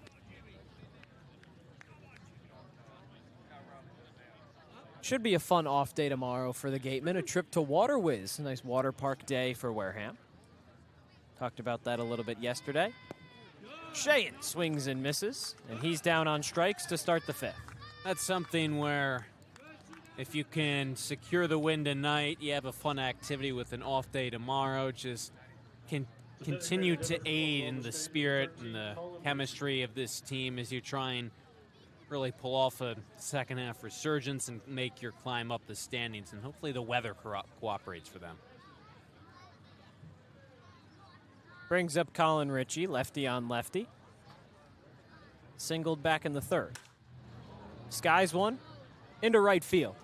Drifting back is Potestio, and he looks up, and that one is gone. Solo shot for Colin Ritchie. 2 home runs in his last 3 games. Double-digit runs for Wareham tonight. It's a 10-1 lead over Orleans. When Colin Ritchie gets a hold of the base, they go a long way. That one out to kind of that pavilion at Eldredge Park, out past that right center field fence. And we've just been waiting. We saw the glimpse of it on Sunday when he popped that 430-foot bomb. We're seeing it again. If he can really start to find this groove offensively, it's just yet another option you can add to this lineup. Brings up Gargett, had that home run in the first. Takes a breaking ball down the middle for strike 1. 2 hits today for Ritchie. Had a tough one last night, but before that against Cotuit, had a home run, had a single as well. Yesterday he was 0 for 4, 2 strikeouts. Today he's reached base safely in all 3 plate appearances. Fastball misses upstairs. 2 balls and a strike to Caius Gargett. And now you're just sort of seeing these power options for the Gatemen in a bunch of different spots. Ritchie a homer, Gargett a homer, Clark a homer. A lot of power from different guys. Gargett fouls that one back. 2-2.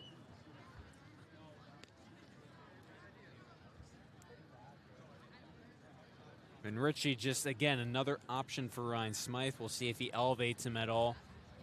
Maybe riding a hot streak that Ritchie could turn into.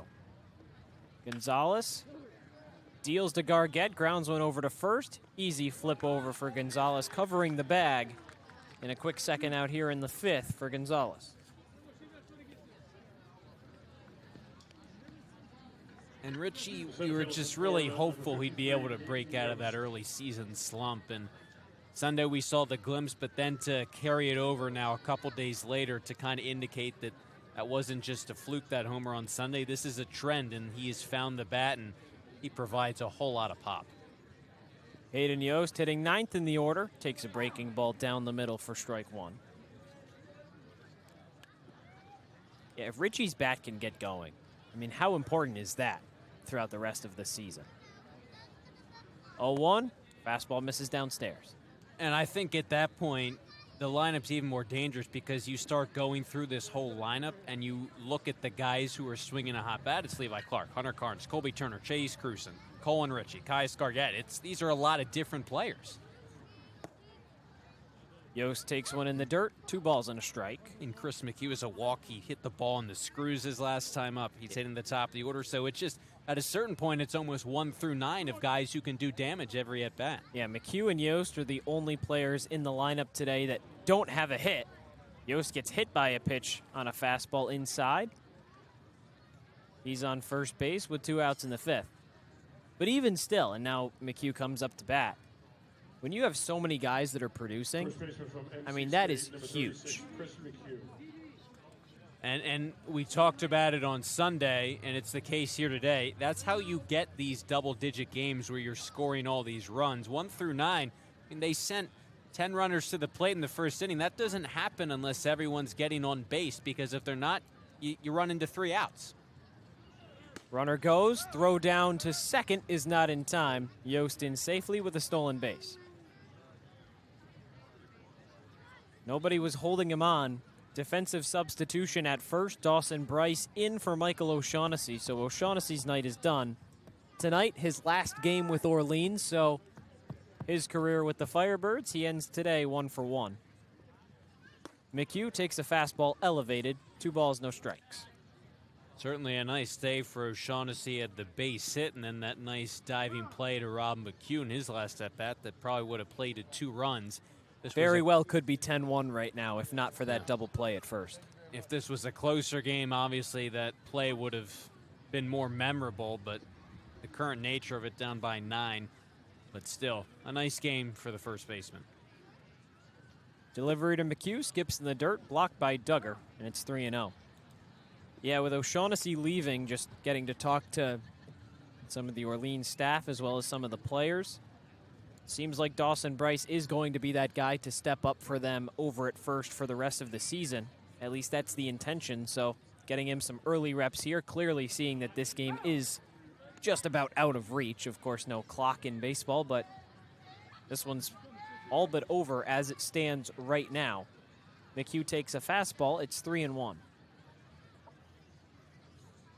Gonzalez delivers. Pitch misses downstairs. 5-pitch walk for McHugh. 2 on and 2 outs here in the 5th. And the Firebirds do have pretty high expectations for Bryce. We've seen him in the lineup in some of the games against the Gatemen so far this summer, hitting just 200, but a chance for him to get some more at-bats and cash in. Brings Clark back up, 2 for 2 with a walk. Solo home run to lead off the 4th.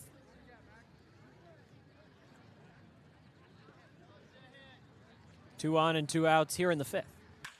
Lines one into center field. Williams back, settles it, and makes the catch. Gatemen get another in the 5th. And Orleans now trails 10-1. Huge Wareham advantage on Cape League TV. Finding a good personal injury attorney is very difficult. If you or a family member has been involved in an accident, hurt at work, suffered a slip and fall, or have been injured due to negligence of someone else, contact the lawyers at Reedy, Kiernan, and McNally, LLP today. They are experienced trial attorneys who practice in all of the courts in the Commonwealth. The firm has been recognized by Best Lawyers in America for outstanding legal representation. Contact Reedy, Kiernan, and McNally, LLP today. The firm is located at 267 Main Street in Wareham. Reedy, Kiernan, and McNally, LLP also has offices in New Bedford and Falmouth. Call 508-295-0286 or visit their website, www.rkm-law.com.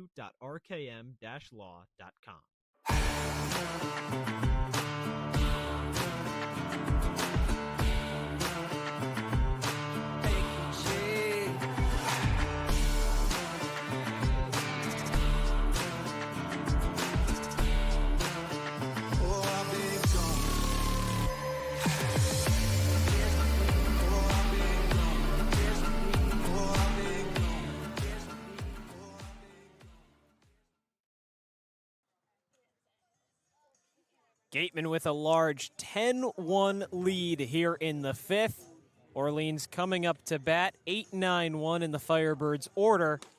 Defensively for the Gatemen, been pretty solid so far, even with a couple guys playing a little bit out of their usual positions. For more on that, we send it over to our 3rd member of our crew, Rayna Maggelet. Leading off for the Firebirds, the first baseman from UNC Charlotte, number 7, Bryce Dawson.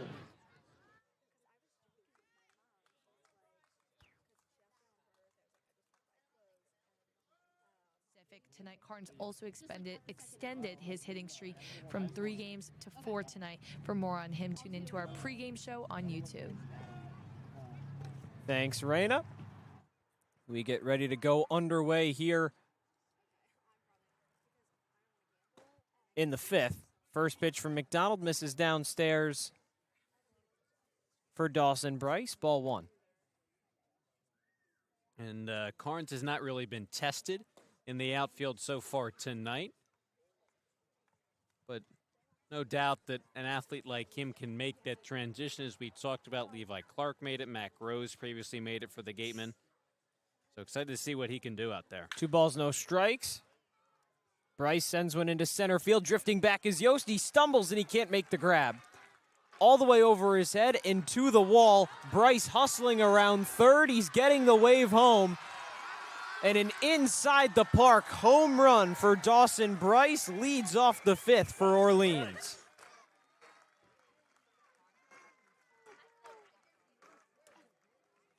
Well, that gave the Firebirds faithful something to cheer about. Still an 8-run game, but that's all right. Obviously, that's a situation where a shot out to center field, if it gets by you and it's hard hit like that, that's where it turns into a problem because of how much room that ball has to roll. You have to chase all the way after it, and as we saw there, it can turn into a problem. Valiant effort by Yost, but tough play on a hard hit ball by Bryce. His first at bat, chugging all the way around the bases for an inside the Parker. And it's certainly getting difficult to see here from Eldredge Park. Fighting some fog. It's really settled in the outfield, so a difficult spot for Hayden Yost. Williams pulls back a bunt. Pitch misses high, 1-0. Yeah, it's almost like I think the fog has kind of stayed at that similar level, but as the sun has started to go down, that has really made the visibility even worse. 1-0. Williams tries a bunt there. Fouls it off into the backstop. Count even, a ball and a strike. 10-2 lead for the Gatemen now in the 5th.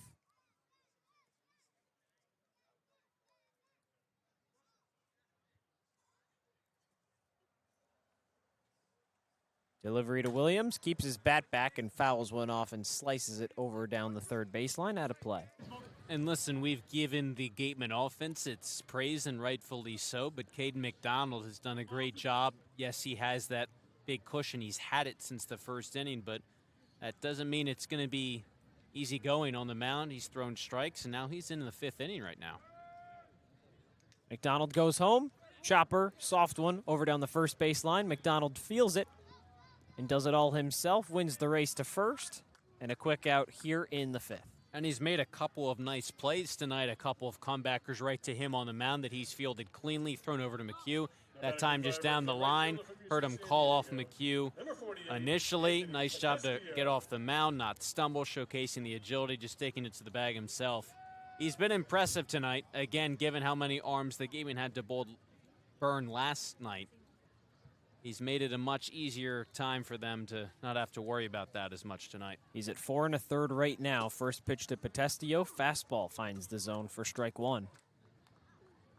For him to go 5 innings, obviously, we've talked about it a few times. You have the off day tomorrow, so a good refresh for a lot of these arms. Potestio fouls that one back. And you can really just clean your slate.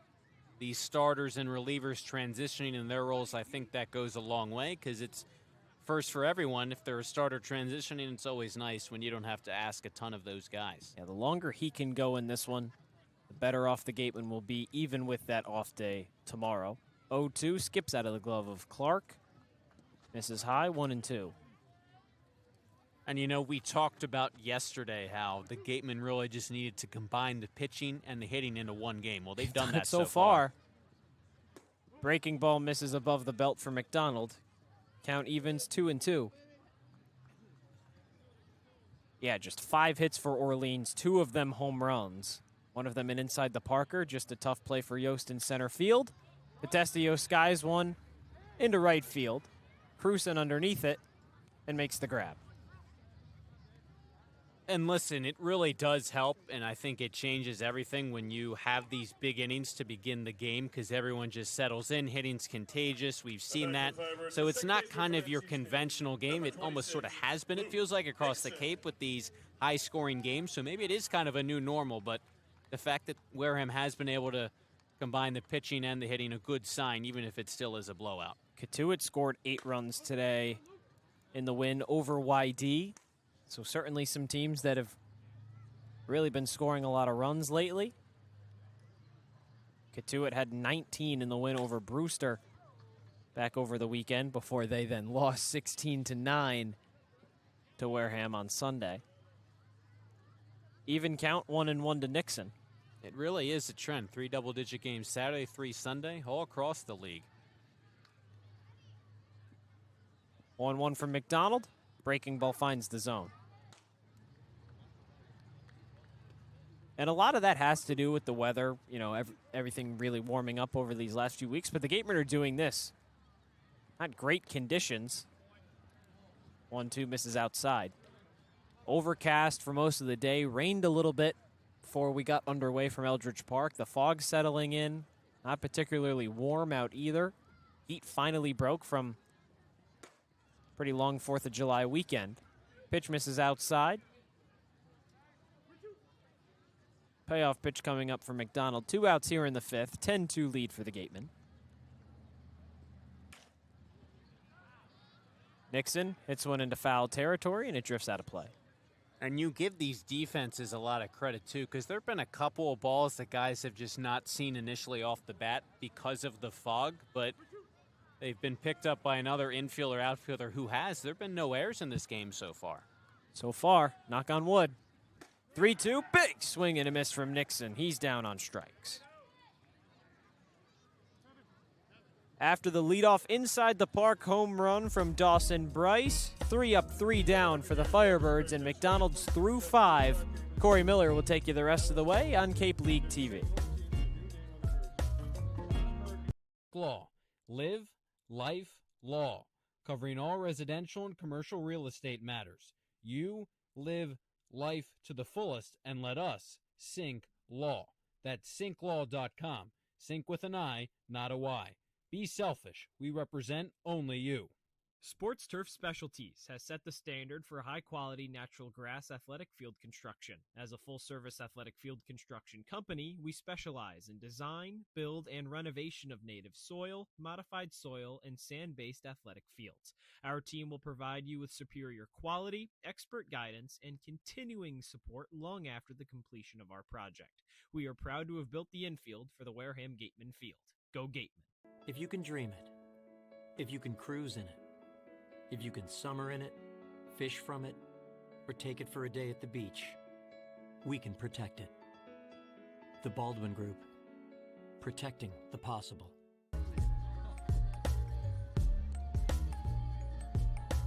Top of the 6 about to commence here at Eldredge Park. The 3 umpires in a huddle discussing the current fog conditions, visibility. While they're chatting, let's send it over to Rayna Maggelet to finish her report on Hunter Carnes. Yeah, guys, so before the game, I got to talk with Hunter Carnes, who has been a key role to the Gatemen lineup, both offensively and defensively. We typically find him catching, but tonight, for the first time since he was 14, he's playing out in the outfield, specifically in left. Tonight, Carnes also extended his hitting streak from 3 games to 4. For more on him, tune into our pregame show on YouTube. Rayna, thank you, as now both of the head coaches are getting the debrief from the umpire crew. And that last out that McDonald got for the Gatemen in the bottom of the 5th, Josh, is big because then 10-2 game, we played 5 innings. Yeah, this game could be called. It's not particularly close. I mean, it's 10-2 entering the 6th. Fog has really been settling in. Hayden Yost had one go over his head that he completely misread, not necessarily due to, his own fault. Talked to a little bit of the Gatemen, staff between innings, and they said it's really difficult to see out in the outfield. Yeah, Rocco DiPietro just told us on that Hayden Yost play, he had no idea where Hayden Yost was, where the ball was, where Hayden Yost was. And he was standing over at first base, yeah. So even further from home plate where, anything would get hit off the bat. Now, going through these 5 innings, I think it's definitely makes the case a lot easier for the umpires and these, head coaching staffs. Obviously, you want to play out a game. You want to get through, your total 9 innings, not just for the game's sake, but for the reps of the players. But, I mean, when it threatens the, safety and difficulty of, the playing conditions, I mean, it can get really dangerous for some guys if they can't see where the ball is getting hit to them. That has to be what Kelly Nicholson and Ryan Smythe are talking about with the 3 umpires, to just make sure that they're aware of, the risks if this game continues.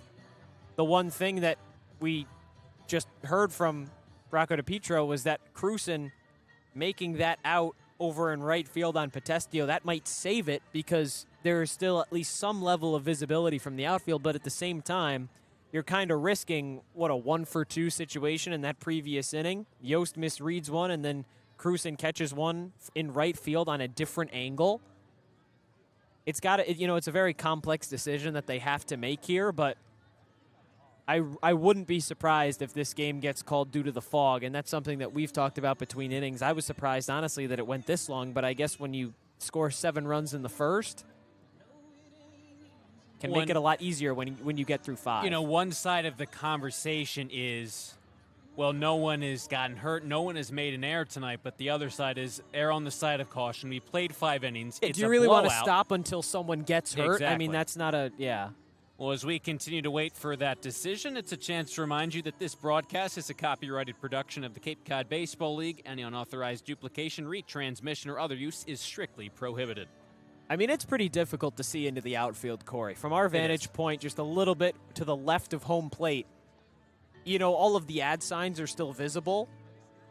But, I mean, you look off in the distance, it's really hard to see some of the trees that are behind center field, some of the buildings as well.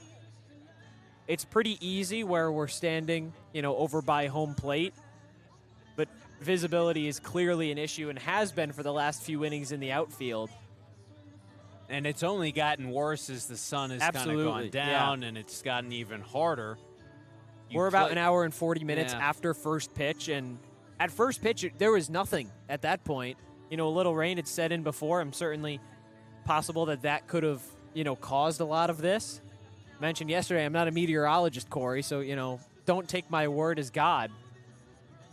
But it's a tough break if this game can't continue, but on the other hand, it'll be nice if it does get called for the Gatemen to be on the other side of the game that ends up going short. Yeah, we were remarking earlier in this game that if they hadn't gotten through the third inning and, you know, you'd have to play a makeup game or finish this one at a later date, the Gatemen really had gotten the wrong end of a lot of these weather decisions. The managers break the huddle, and now the three umpires will talk things over even more. Yeah. Jim Francesca, Mike Rabideau, Kevin Saxton, still debating. And it is interesting because the fog has really just kind of engulfed the field, the outfield especially. Like, you can see down the first baseline and the stands out of play. And it looks like for now they're going to keep playing. Yeah. So Mason Cook, who's the new arm on the mound out of Auburn, was getting his warm-up pitches in. He's going to be able to get a few more in after that long layover. Cook in his sixth game this summer out of the bullpen, a 3.18 ERA and 5 2/3 innings pitched. Will be the top of the sixth inning. Now, the thing is, though, Cory, like, we're at the point now that this game is through 5 innings. Hunter Carnes can hit one into the outfield, and if Javar Williams has no idea where it is in center field, the umpires can get back together again after that at bat and call it straight after that. So, I mean, there is a lot of leeway to kind of just see how this develops over this next half inning or two or so that can make things interesting to see whether or not they continue this game. Pitch in this Carnes at bat, low for ball one. And listen, the umpires probably don't want to say this, especially to Kelly Nicholson, but it is an 8-run game now in the back half of it. 1-0 pitch. Takes on the inside corner at the knees for a called strike one. And I think if this was a 3-2 game, 4-2, even 5-2, I don't know if there would necessarily be as big of a discussion. Maybe there still would be one at a minimum. But it wouldn't have gone on for as long if it was a close game. Hit hard on the ground to the left side, off of the glove of Garza. Trickles into the outfield grass. Carnes will reach. Garza can't make the play. And Carnes leads off the sixth. Beginning on first base, and obviously it wasn't a fly ball there, but a situation where we could have our first error of the game. Did the fog affect that? Still, though, they'll keep playing. That was a hot shot over to third. If Garza could have gotten his glove on it, probably makes the play. Gets charged as an error, so that is the first one of the game. An E5, and now it's Colby Turner, runner on at first. No one out, top of the sixth. Breaking ball, slides in there at the knees for a called strike one. And again, the visibility along the infield, Turner facing the shifted infield, 3 infielders on the left side, is slightly better than the outfield, but all around it's just not ideal. The lights on at Eldredge Park. 0-1 to Turner, another breaking ball, high pop-up, slicing into foul territory. Behind the first base bag, twisting and turning was Dawson Bryce. Ball came back into fair territory. He makes the grab for out number 1. And that could be, Cory, us thinking that it's so much better on the infield just because we're standing a lot closer to it. Point. I'd be interested to know the vantage point of Levy, Williams, and Potestio in the Orleans outfield to see if it's as easy to see in as we have it here, because it's certainly difficult to see out. Brings up Chase Cruson. 2 RBI double in the first. Here in the 6th. Winding breaking ball at the knees for a called strike 1. Mason Cook just into the game. 4th arm used by the Firebirds so far today. Runner on at first, 1 away, and an 0-1 to Cruson. Takes a fastball this time on the outside corner for a called strike 2.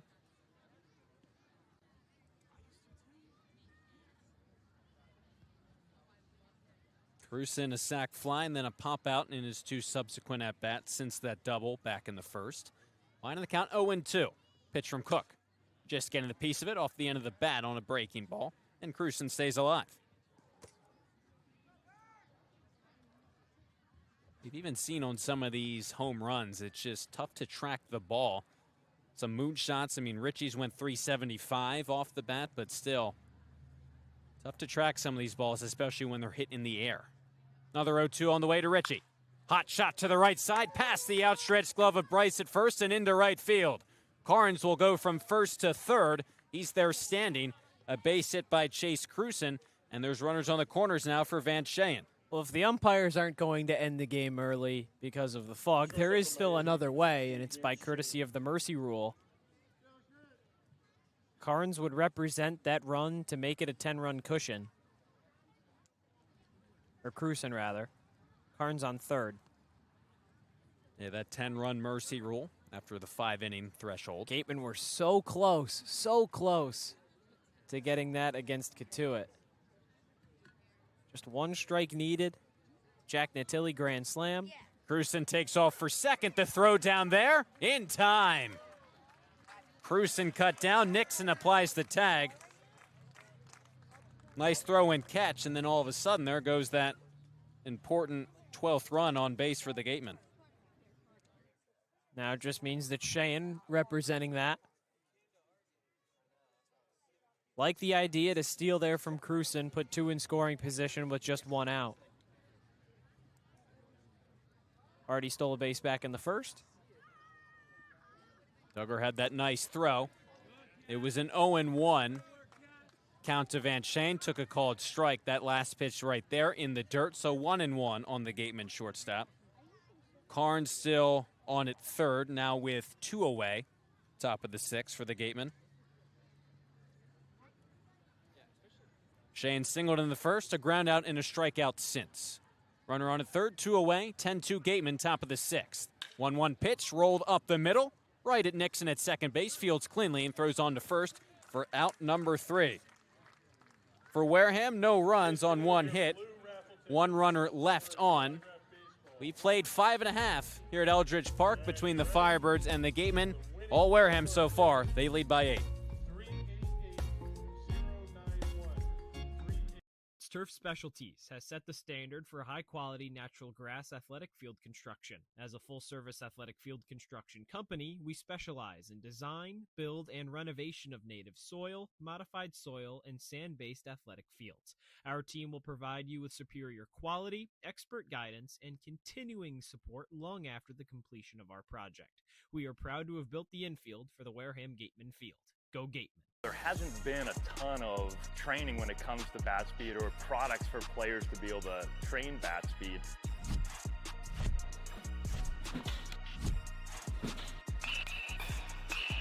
You can improve your bat speed and reach your goals working 10 to 15 minutes a day on this a couple of times a week. That's a no-brainer for every player.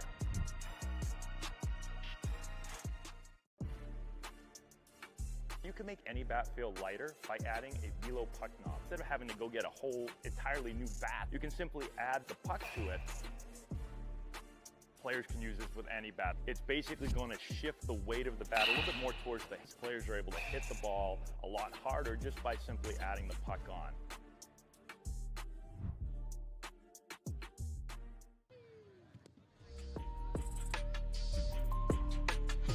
After a strong 5 innings from Caden McDonald, allows just the 2 earned runs, gives the Gatemen some length from his starting spot. They turn to the bullpen. Tommy Skelding out of Kentucky, making his second appearance of the summer. Skelding, the righty out of Kentucky, had a tough break in his first appearance, came in that contest against Bourne, left the bases loaded, Runs came in to score against him. He had a really great first 2 innings pitched in that game, and then went back out there for inning number 3, and that's where things kind of fell apart a little bit. All in all, was charged with 4 earned runs across 2 innings pitched, but those first 2 innings, again, really solid. Skelding, one of the newer faces on this Gateman team, again, just his second appearance this summer. He faces Ikas Levi Garza, 3-4-5 in the Firebirds order. Ikas had that homer off of McDonald back in the first. Line to Turner at third, his last time up. Clark and Skelding just talking things over on the mound. Levi back behind home plate. Two SEC players, one the catcher, one the pitcher. Skelding his second appearance of the summer, pitching from the windup. And his 0-0 pitch. Fastball sails high, 1-0 on Elijah Ikas. Ikas came in 271, 2 homers, 7 RBIs. Now up to 3 homers, 8 RBIs on the summer. 1-0 from Tommy Skelding. Catches the upper part of the plate for a called strike 1. Well, the Firebirds have had to use a variety of arms, 4 total. This is just the second used by Wareham. Again, the 5 solid frames from Caden McDonald. Skelding's 1-1. Just misses outside on a breaking ball, and it's 2-1. He qualifies for the win as a starter. That's something that happens a whole lot for the Gatemen this summer, really across the league. Difficult for guys to go that inning threshold, but good start from him tonight. Ikas came up empty, swinging on the 2-1 pitch on a pitch out of part of the plate, so 2-2. And it is always kind of that threshold, second, third time through the order. How are pitchers, the starting pitcher especially, going to hold up? And McDonald surrendered 5 hits, but answered the call. 2-2 pitch, fouled straight back from Ikas.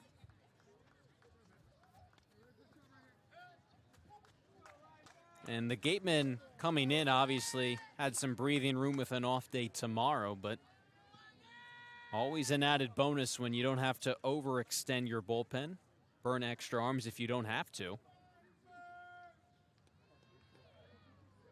After the foul ball, another 2-2 from Skelding. Swatted into left center field. Yost into the gap. He's underneath of it, and he makes the catch for out number 1 here in the bottom of the 6th. Nice grab from Yost. The last opportunity that he had went straight over his head. That was off the bat of Dawson Bryce. Turned into an inside the park home run. Good job to fight the visibility issues in the outfield.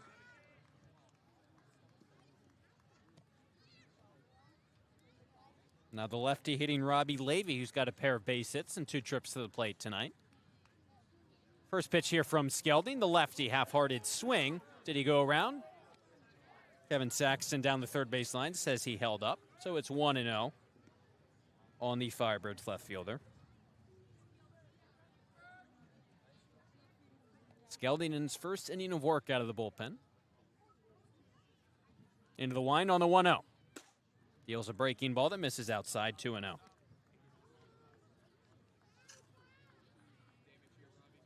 Firebirds came into this game last in the league in average.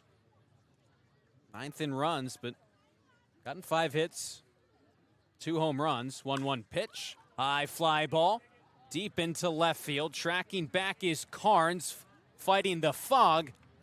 That ball got down, took a hop over the wall, and so it will result in a ground rule double. Yeah, Cory, I was going to say there, as soon as that ball left the infield, I had no idea where that went. And now right on cue, a conference between the umpires. I mean, listen, Hunter Carnes, Rayna Maggelet talked about it, transitioning to the outfield, but I think any outfielder might have a tough time with that one.